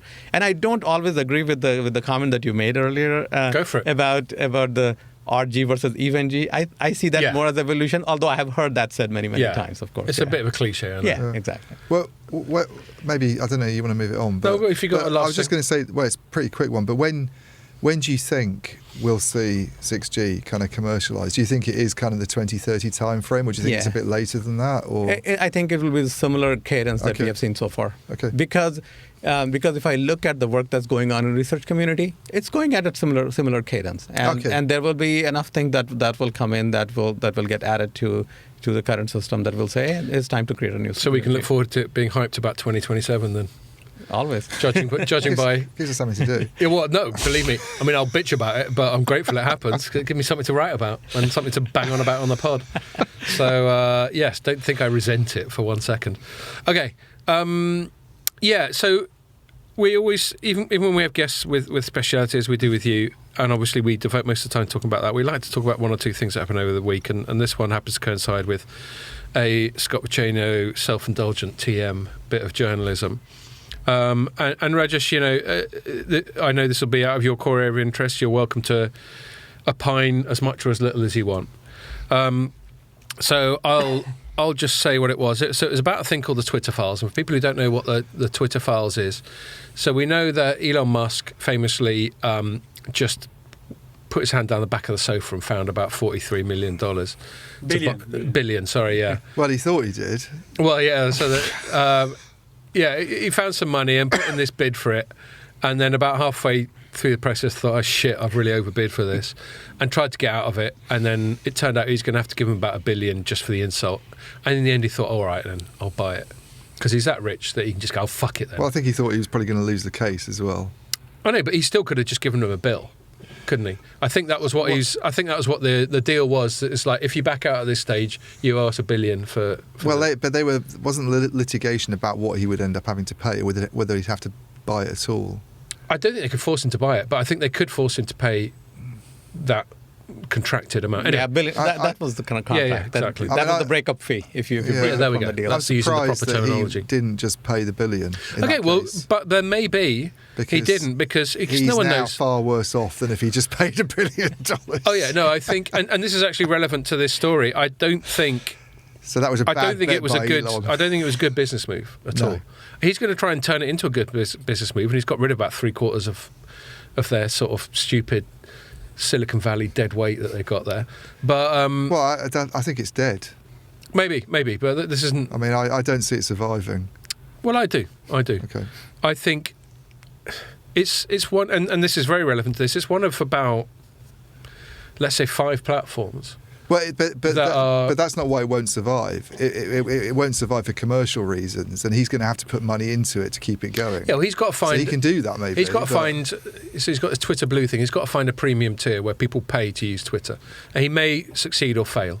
But anyway, I think he ended up buying it. Yeah, perhaps partly because he tried to bottle it, and then he realised it was going to cost him $1 billion, and he thought, "Fuck it then." But I think that he tried to... I actually do take him at face value that he views Twitter as a public good. I think, as I argued in my story that I wrote that I'm just talking about now, it is the digital public square. And by that I mean it's the default place where digitally, i.e. on the internet, public discussions happen. More than Facebook, more than Instagram, more than TikTok, more than YouTube. For better or worse. That just is what it is. And I think most of the discussions that happen on Twitter are foul, by the way. Most people are dicks on Twitter. Yeah. But that is still where it happens, and that's just more a criticism of human nature than it is the platform. Most people don't use it, though. That's the fortunate thing. Well, most people don't use it actively. I mean, I look at it. No, but most of the world's population doesn't use it. Yeah. No, and I linked to... It's, 200 million users? Yeah, no, my first hyperlink in my story was the usage rate. But anecdotally... I think if you look at public policy, you look at decisions, at corporate strategies or sort of ad hoc things like firing senior managers, you look at how popular culture, I think it has disproportionate influence despite what you quite rightly say about the relatively small user base. And I think that's how, I don't know what goes on in Elon Musk's mind. He's firstly got a very big mind. Yeah. And secondly, he's famously enigmatic. Fuck knows what's going on there. But I do take him at his face value when he said that he thinks it's a matter of public concern. And he happens to have tons of cash. And he decided to intervene. Whereas most people, even no matter how much money they've got, just sort of want to accumulate more. You get some who go off in supposed philanthropic directions like Bill Gates claims to, and then that's a whole tinfoil hat world of people wondering what the fuck he's up to. But I choose to take him at face value, and maybe that's because of my own innate bias, which is pro-freedom of speech, pro-civil liberties. Anyway, so he went there, he bought Twitter, for better or worse, and then one of the things he did, apart from getting rid of all these whinging Silicon Valley types, was to... Well, I don't think he got rid of all... I mean, he's cut what? The reports are a lot of staff. Yeah, no, I was just being a dick saying that. I'm sure a lot of the people he got rid of were perfectly valid, useful people. Yeah. So yeah, I think a lot of the cuts probably happened to try and support the commercial side of it. I'm on to my fourth beer. I'm starting to say more loose stuff by this stage. But anyway, he's got rid of these people, whether or not they were dicks does not matter. And that's part of his attempt to perhaps recoup the losses that you quite reasonably anticipate he's going to make.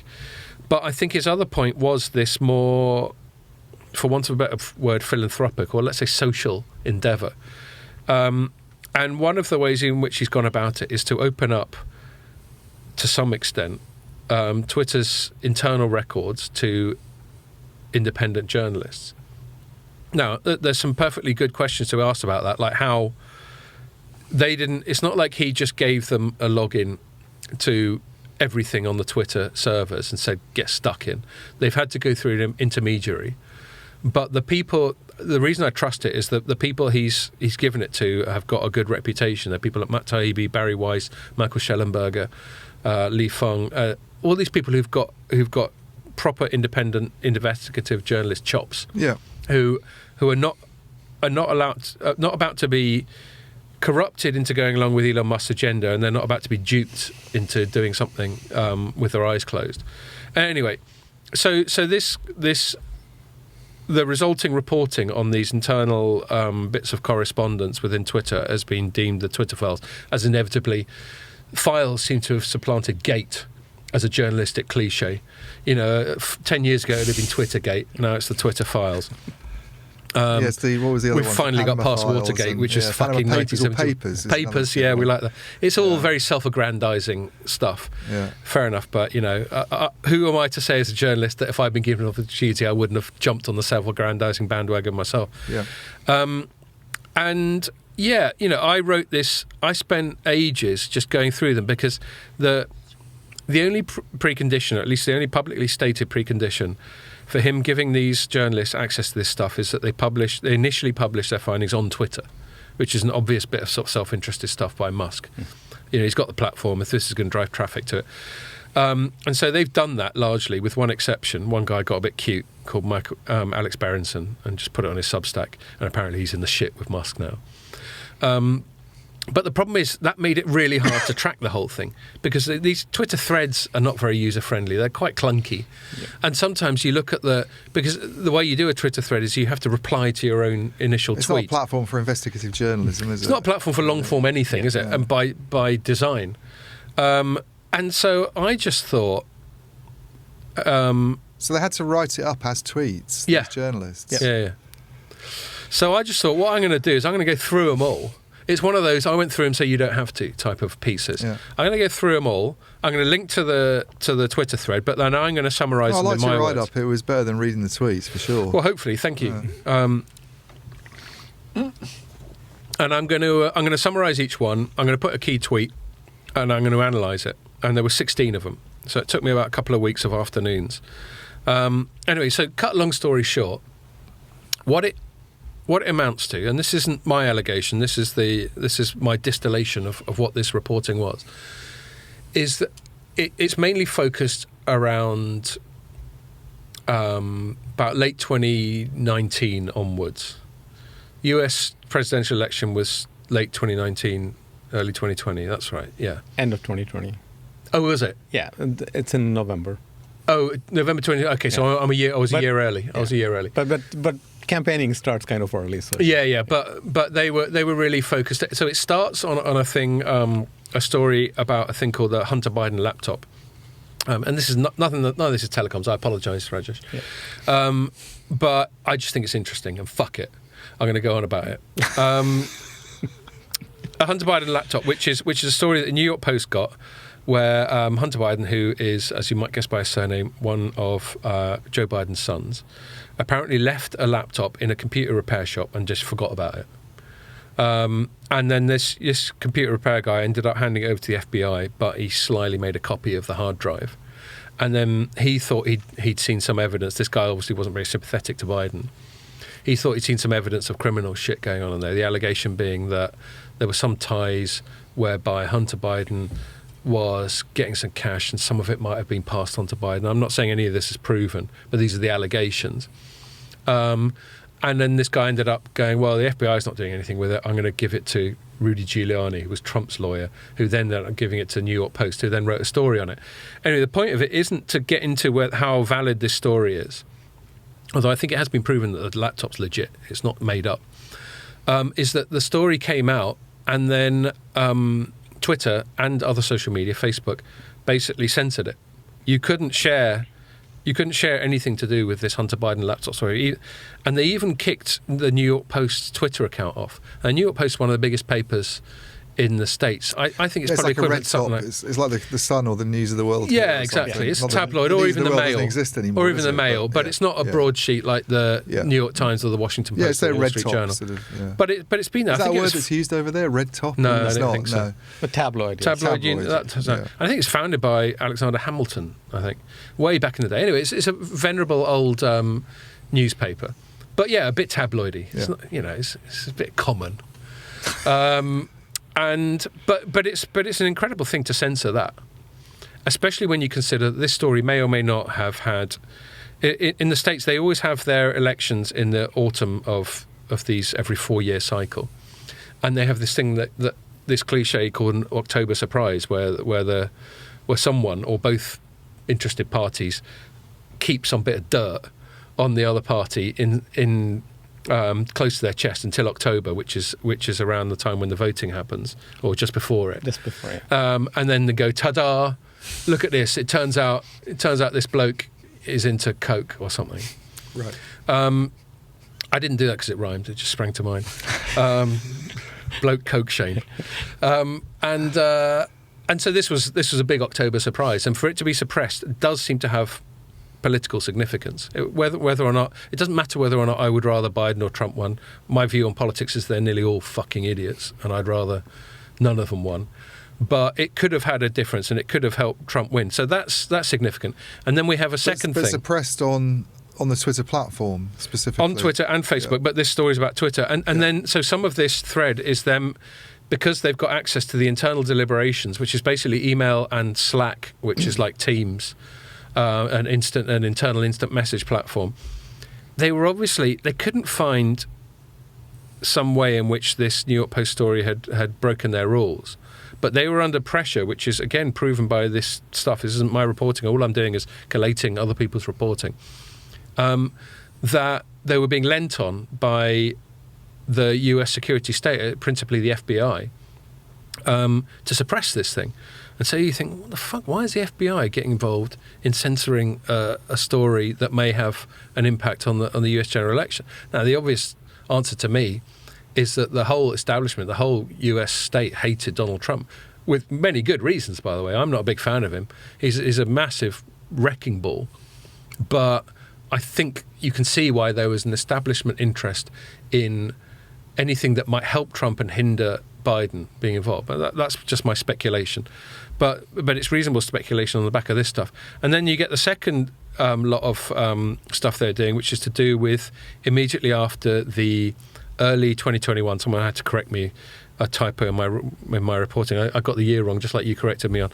Early 2021, we had the January 6th, those riots in the Capitol. Yeah.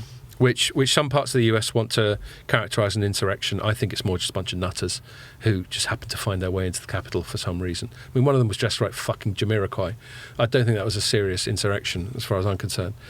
But nonetheless, it's there a really... still people killed, weren't there? Well, the only people who died were there was one person who was one of the rioters who got shot by one of the coppers. That's the only person who died there. Mm-hmm. I thought there were several. Really? No, there was some coppers died after, but it turned out it wasn't directly related. I mean, some guy had a stroke the next day, and maybe it was indirectly related. I'm somewhere in the middle. I agree. The word insurrection makes it sound more like a sort of military coup, the kind that would happen in Banana Venezuela Republic or somewhere. But it must have been. Yeah, man. It looked quite scary if you were in the building. No, it's a big deal. I don't want to downplay it too much. It was a big deal, and therefore, I don't think it's. No, it's a big deal. I wouldn't want to overplay it, but I wouldn't want to underplay it. I'm with you. There was an actual meeting of the Congress going on at that time to certify the election. So Yes, no, and I don't downplay Trump's culpability, because while he didn't say go and try and break into the Capitol, he did say some quite rabble-rousing stuff, which I think at the very least was irresponsible. I totally agree on the suppression of the FBI involved. When I read your story, and I didn't know much about this before, but the idea of security agencies getting involved and trying to suppress information. This New York Post story. I mean, there's all sorts of spurious stuff. And just to very quickly finish off that Trump thing, I didn't want to relitigate January the 6th, but the point is, there are 3 threads in that which look within Twitter's mechanisms immediately on the 6th, 7th, 8th of January. Right. And the thing is, I think I have some sympathy for people who think Trump should have been kicked off, because maybe he would have. People didn't know what was going on. Maybe he would have come up with some tweets that raised another mob that went and shat on the White House or something. Yeah. But if you look at their processes, he's quite clever. He's probably more clever than he gets credit for. He didn't actually break any of their terms and conditions, any of their policies. Yeah. So the point is they had to bend their policies, and it's quite clear that it was under, sorry to your point for interrupting you, that it was under duress. Yeah, I mean, this whole thing about kicking people off because they don't particularly... I mean, I'm not a Trump fan, but, the idea that... You're not MAGA. You haven't got a MAGA hat. No, definitely not. But the idea you kick Trump off, but people like... the leader of Hamas is still on it. Yeah, exactly. Yeah. It, to me, is Well, Barry Weiss in one of her threads made that point. Yeah, I mean, I think these things need to be policed on the basis, and you've said this before, of you don't put stuff up that incites violence or breaks the law. But I think you have to be quite. I mean, I like the idea of free speech as well, as I think most journalists do. Should do. And I think you have to err on the side of allowing things that we don't like. But well, that's the definition of free speech. Exactly, to go ahead, unless it really is a. Let's go and drop bombs on television. Or as I always say, thing, chuck a bic through Ian's window. If I incited that. And so the idea that people are getting involved in suppressing stuff, I don't like at all. No. I mean, on Musk himself, I'm less sympathetic towards him than you are. I certainly like his thing that I'm the guy who's defending free speech. I just doubt whether it's as sort You're of, not as willing to take it at face value as I am. I'm not sure he's being as sort of benevolent and helping the human race as he makes out. I sort of wonder whether this is all about what he gets out of it. But I don't know. Well, I mean, could be both. I don't think he's a. Some people have really polarised opinions about Musk, and I've got a lot of respect for him as a guy who's done some really amazing things. Well, like from an R&D point of view, you can't argue with them, can you? And I think you get this impression of Musk because actually of some of his own tweets, he's one of those people who seems a bit flighty and a bit capricious sometimes. Yeah. But you see him in a proper interview talking, and he's a clever guy, and he's got some really amazing ideas about things. I mean, people who don't like him are always keen to sort of make out the bad things that he does. Yeah. And then you look at something like the impact of Starlink even in Ukraine, which has been an amazing thing, but they wouldn't notice something like that. But that's probably made an enormous difference to keeping that country going.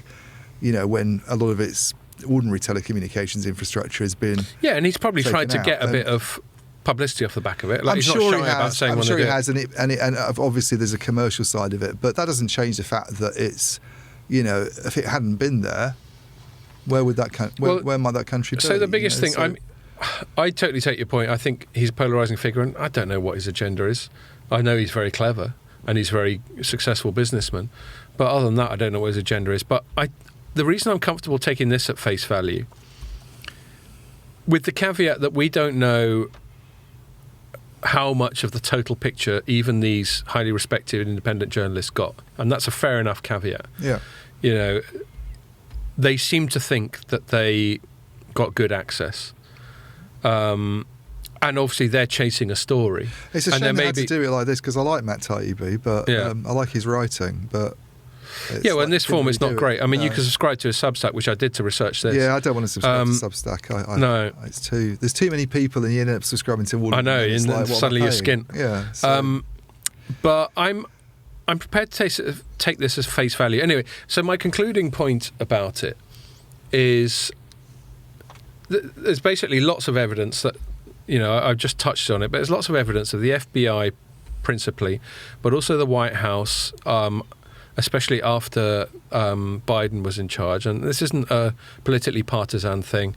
I mean, most people, and I'll be happy designated sort of centre-right, but I'm not into political teams. I'm not Conservative, I'm not Labour, I'm not Republican, I'm not Democrat. I'm just me.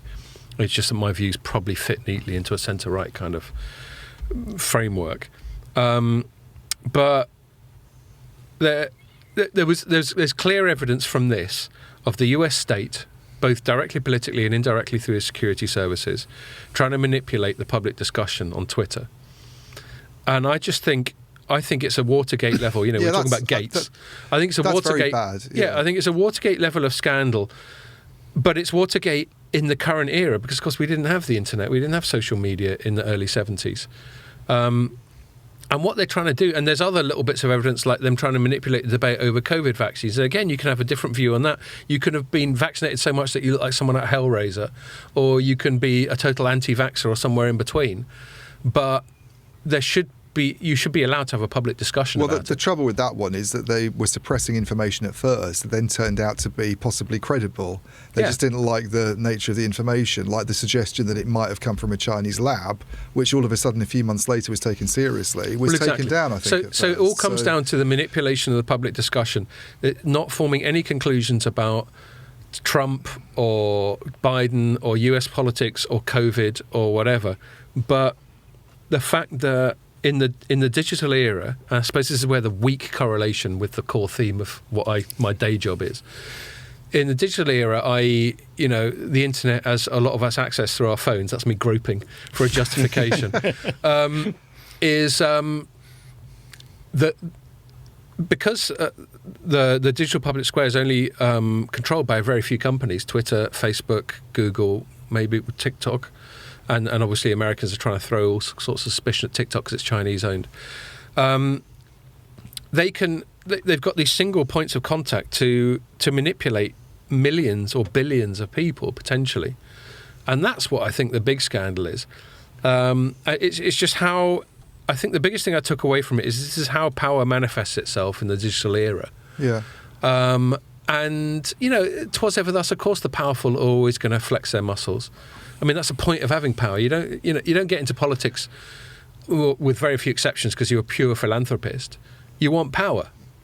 I wonder if those social media platforms are sort of breaking down though, and maybe or fragmenting. I'm really.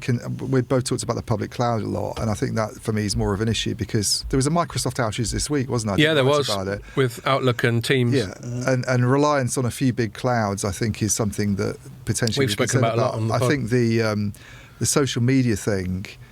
Facebook's got its problems, which is why it's trying to reinvent itself as a metaverse company. And I just wonder, Twitter, it's like youngsters. You don't want to drink in the same pub as your dad, do you? They go somewhere else to get TikTok. TikTok's the thing, and then which is one of the reasons America's shitting themselves about it because everyone's going there. So I don't know.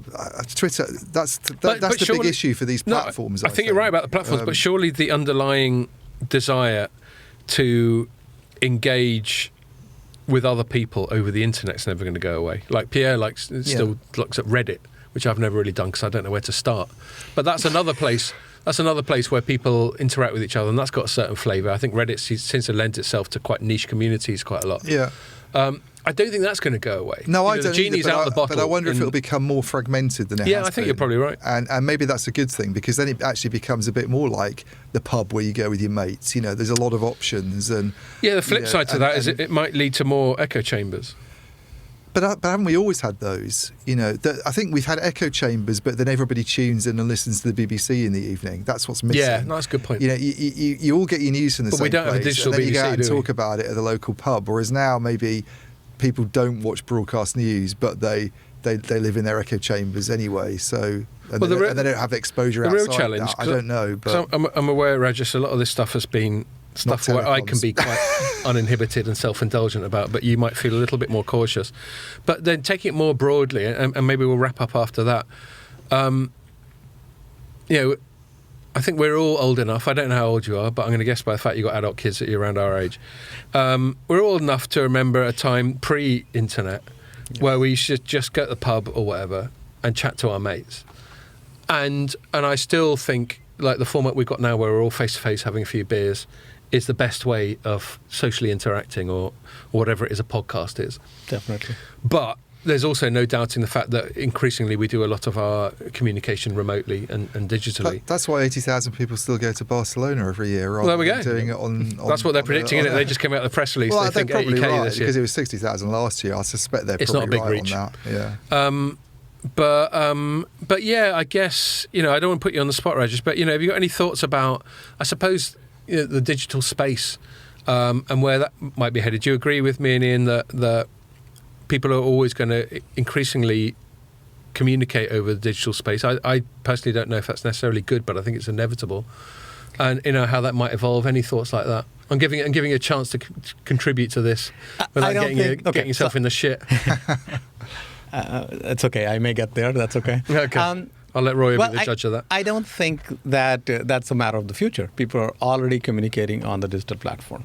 Okay, and you named a whole bunch of them, and they're all being used. And in some sense, I feel pretty proud that I was I worked on the technology that made it possible for people to have those things. Totally. Yeah. But talking about those platforms themselves also, that does lead to the problem that you talked about, that people may have their own echo chamber. And now I'm not talking about with any expertise at all. This is outside my area of expertise.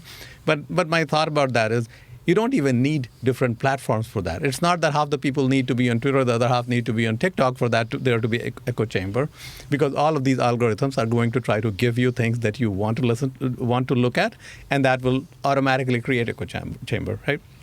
You heard about Facebook doing these kinds of things, and the previous employees of Facebook coming out and then writing about how they were prioritizing engagement over something that may be the truth or something like that. So there have been stories about that. Again, I don't remember the details of those kinds of things. So those things are already happening. And so if your point is that something like a Twitter is important and it's part of public discourse, of course that's true. I don't think anybody can debate that. Yeah, and my, not putting words in your mouth, my feeling is that if that is being interfered with, especially in a clandestine way, I wouldn't even mind so much if there was some transparency. If it was like, right, just so you know, the FBI is getting involved at the moment because it doesn't like where this is going, and everyone could know, and then everyone could moan about it, and everyone could have their conspiracy theories and all that shit. It's when it's done, this is what with my preoccupation with due process. The way in which all of us, regardless, my 18-year-old kid, people a bit more grown up like us, oligarchs, due process should be the set of rules that means that we're all treated equally in a civilized society. That's what separates us from these other countries that we like to look down on because we think they're autocracies or tyrannies. Is that there's a set of rules, and the US, I think, is the best example of that. The Constitution, Bill of Rights, all that sort of thing. And when that gets fucked with, as it happened, and there's clearly a First Amendment case here, because the First Amendment in the US, to non-US listeners who aren't that familiar with it, it basically talks about how the government can't censor people. I don't know any of those amendments. They only come up when you watch movies, and they go, "I plead the fifth." Yeah, that's the one where you don't have to say anything. That's a bit. Yeah. Well, I always say to guests, as I said to Rajesh before this, you can always plead the fifth if we get into an area that you don't want to talk about. But the First Amendment is about the government censoring you. Essentially, this is a very distilled down version of it, and it seems. Why did they need so many amendments? Did they mess it up the first time? Well, they should be called commandments, really, because they were never amended. Yeah, I think they happened. They wrote the Constitution, then they were like, "Oh, we made a real hash of that. We're going to have to amend a load of stuff." But have you never written a story and then had to? Well, I have. Yeah. Well, there we are. It's similar to that, isn't it? It's just that you don't codify it and go, "This is my first edit to my story." But this was the first one, and that's significant in and of itself. Anyway, we don't have a written constitution in the UK. They do in the States, so there's this sort of thing's a big deal for them. And, I think they need to be held to account to it, because the problem is the government shouldn't be able to censor people, or at least it shouldn't be able to censor people without admitting it's doing it. So the government doing it by admitting it's doing it is through law. We got this new law that says you can't say bollocks. And then that law gets to get debated in Congress, and then newspapers write about it, and it's all public. The problem is they were doing it all on the sly, and so this is censorship by the back door, and that's why it's an issue. So that's it. Yeah. So check it out if you're interested in this stuff. It's a long ass story on Telecoms.com called "The Twitter Files: Clandestine Censorship on an Epic Scale." So I think, unless Rajesh, you've got anything else to add on that, and you don't seem to. You seem quite sort of comfortable. We'll wrap it up there because we've done about 2 hours, haven't we? So Rajesh, thank you very much. Thank you very much. Thank you for enduring that non-telecoms bit of self-indulgent shit at the end. It was fun. It was great chatting to you. Thank you very much. And thank you for listening, and make sure you join us for the next one.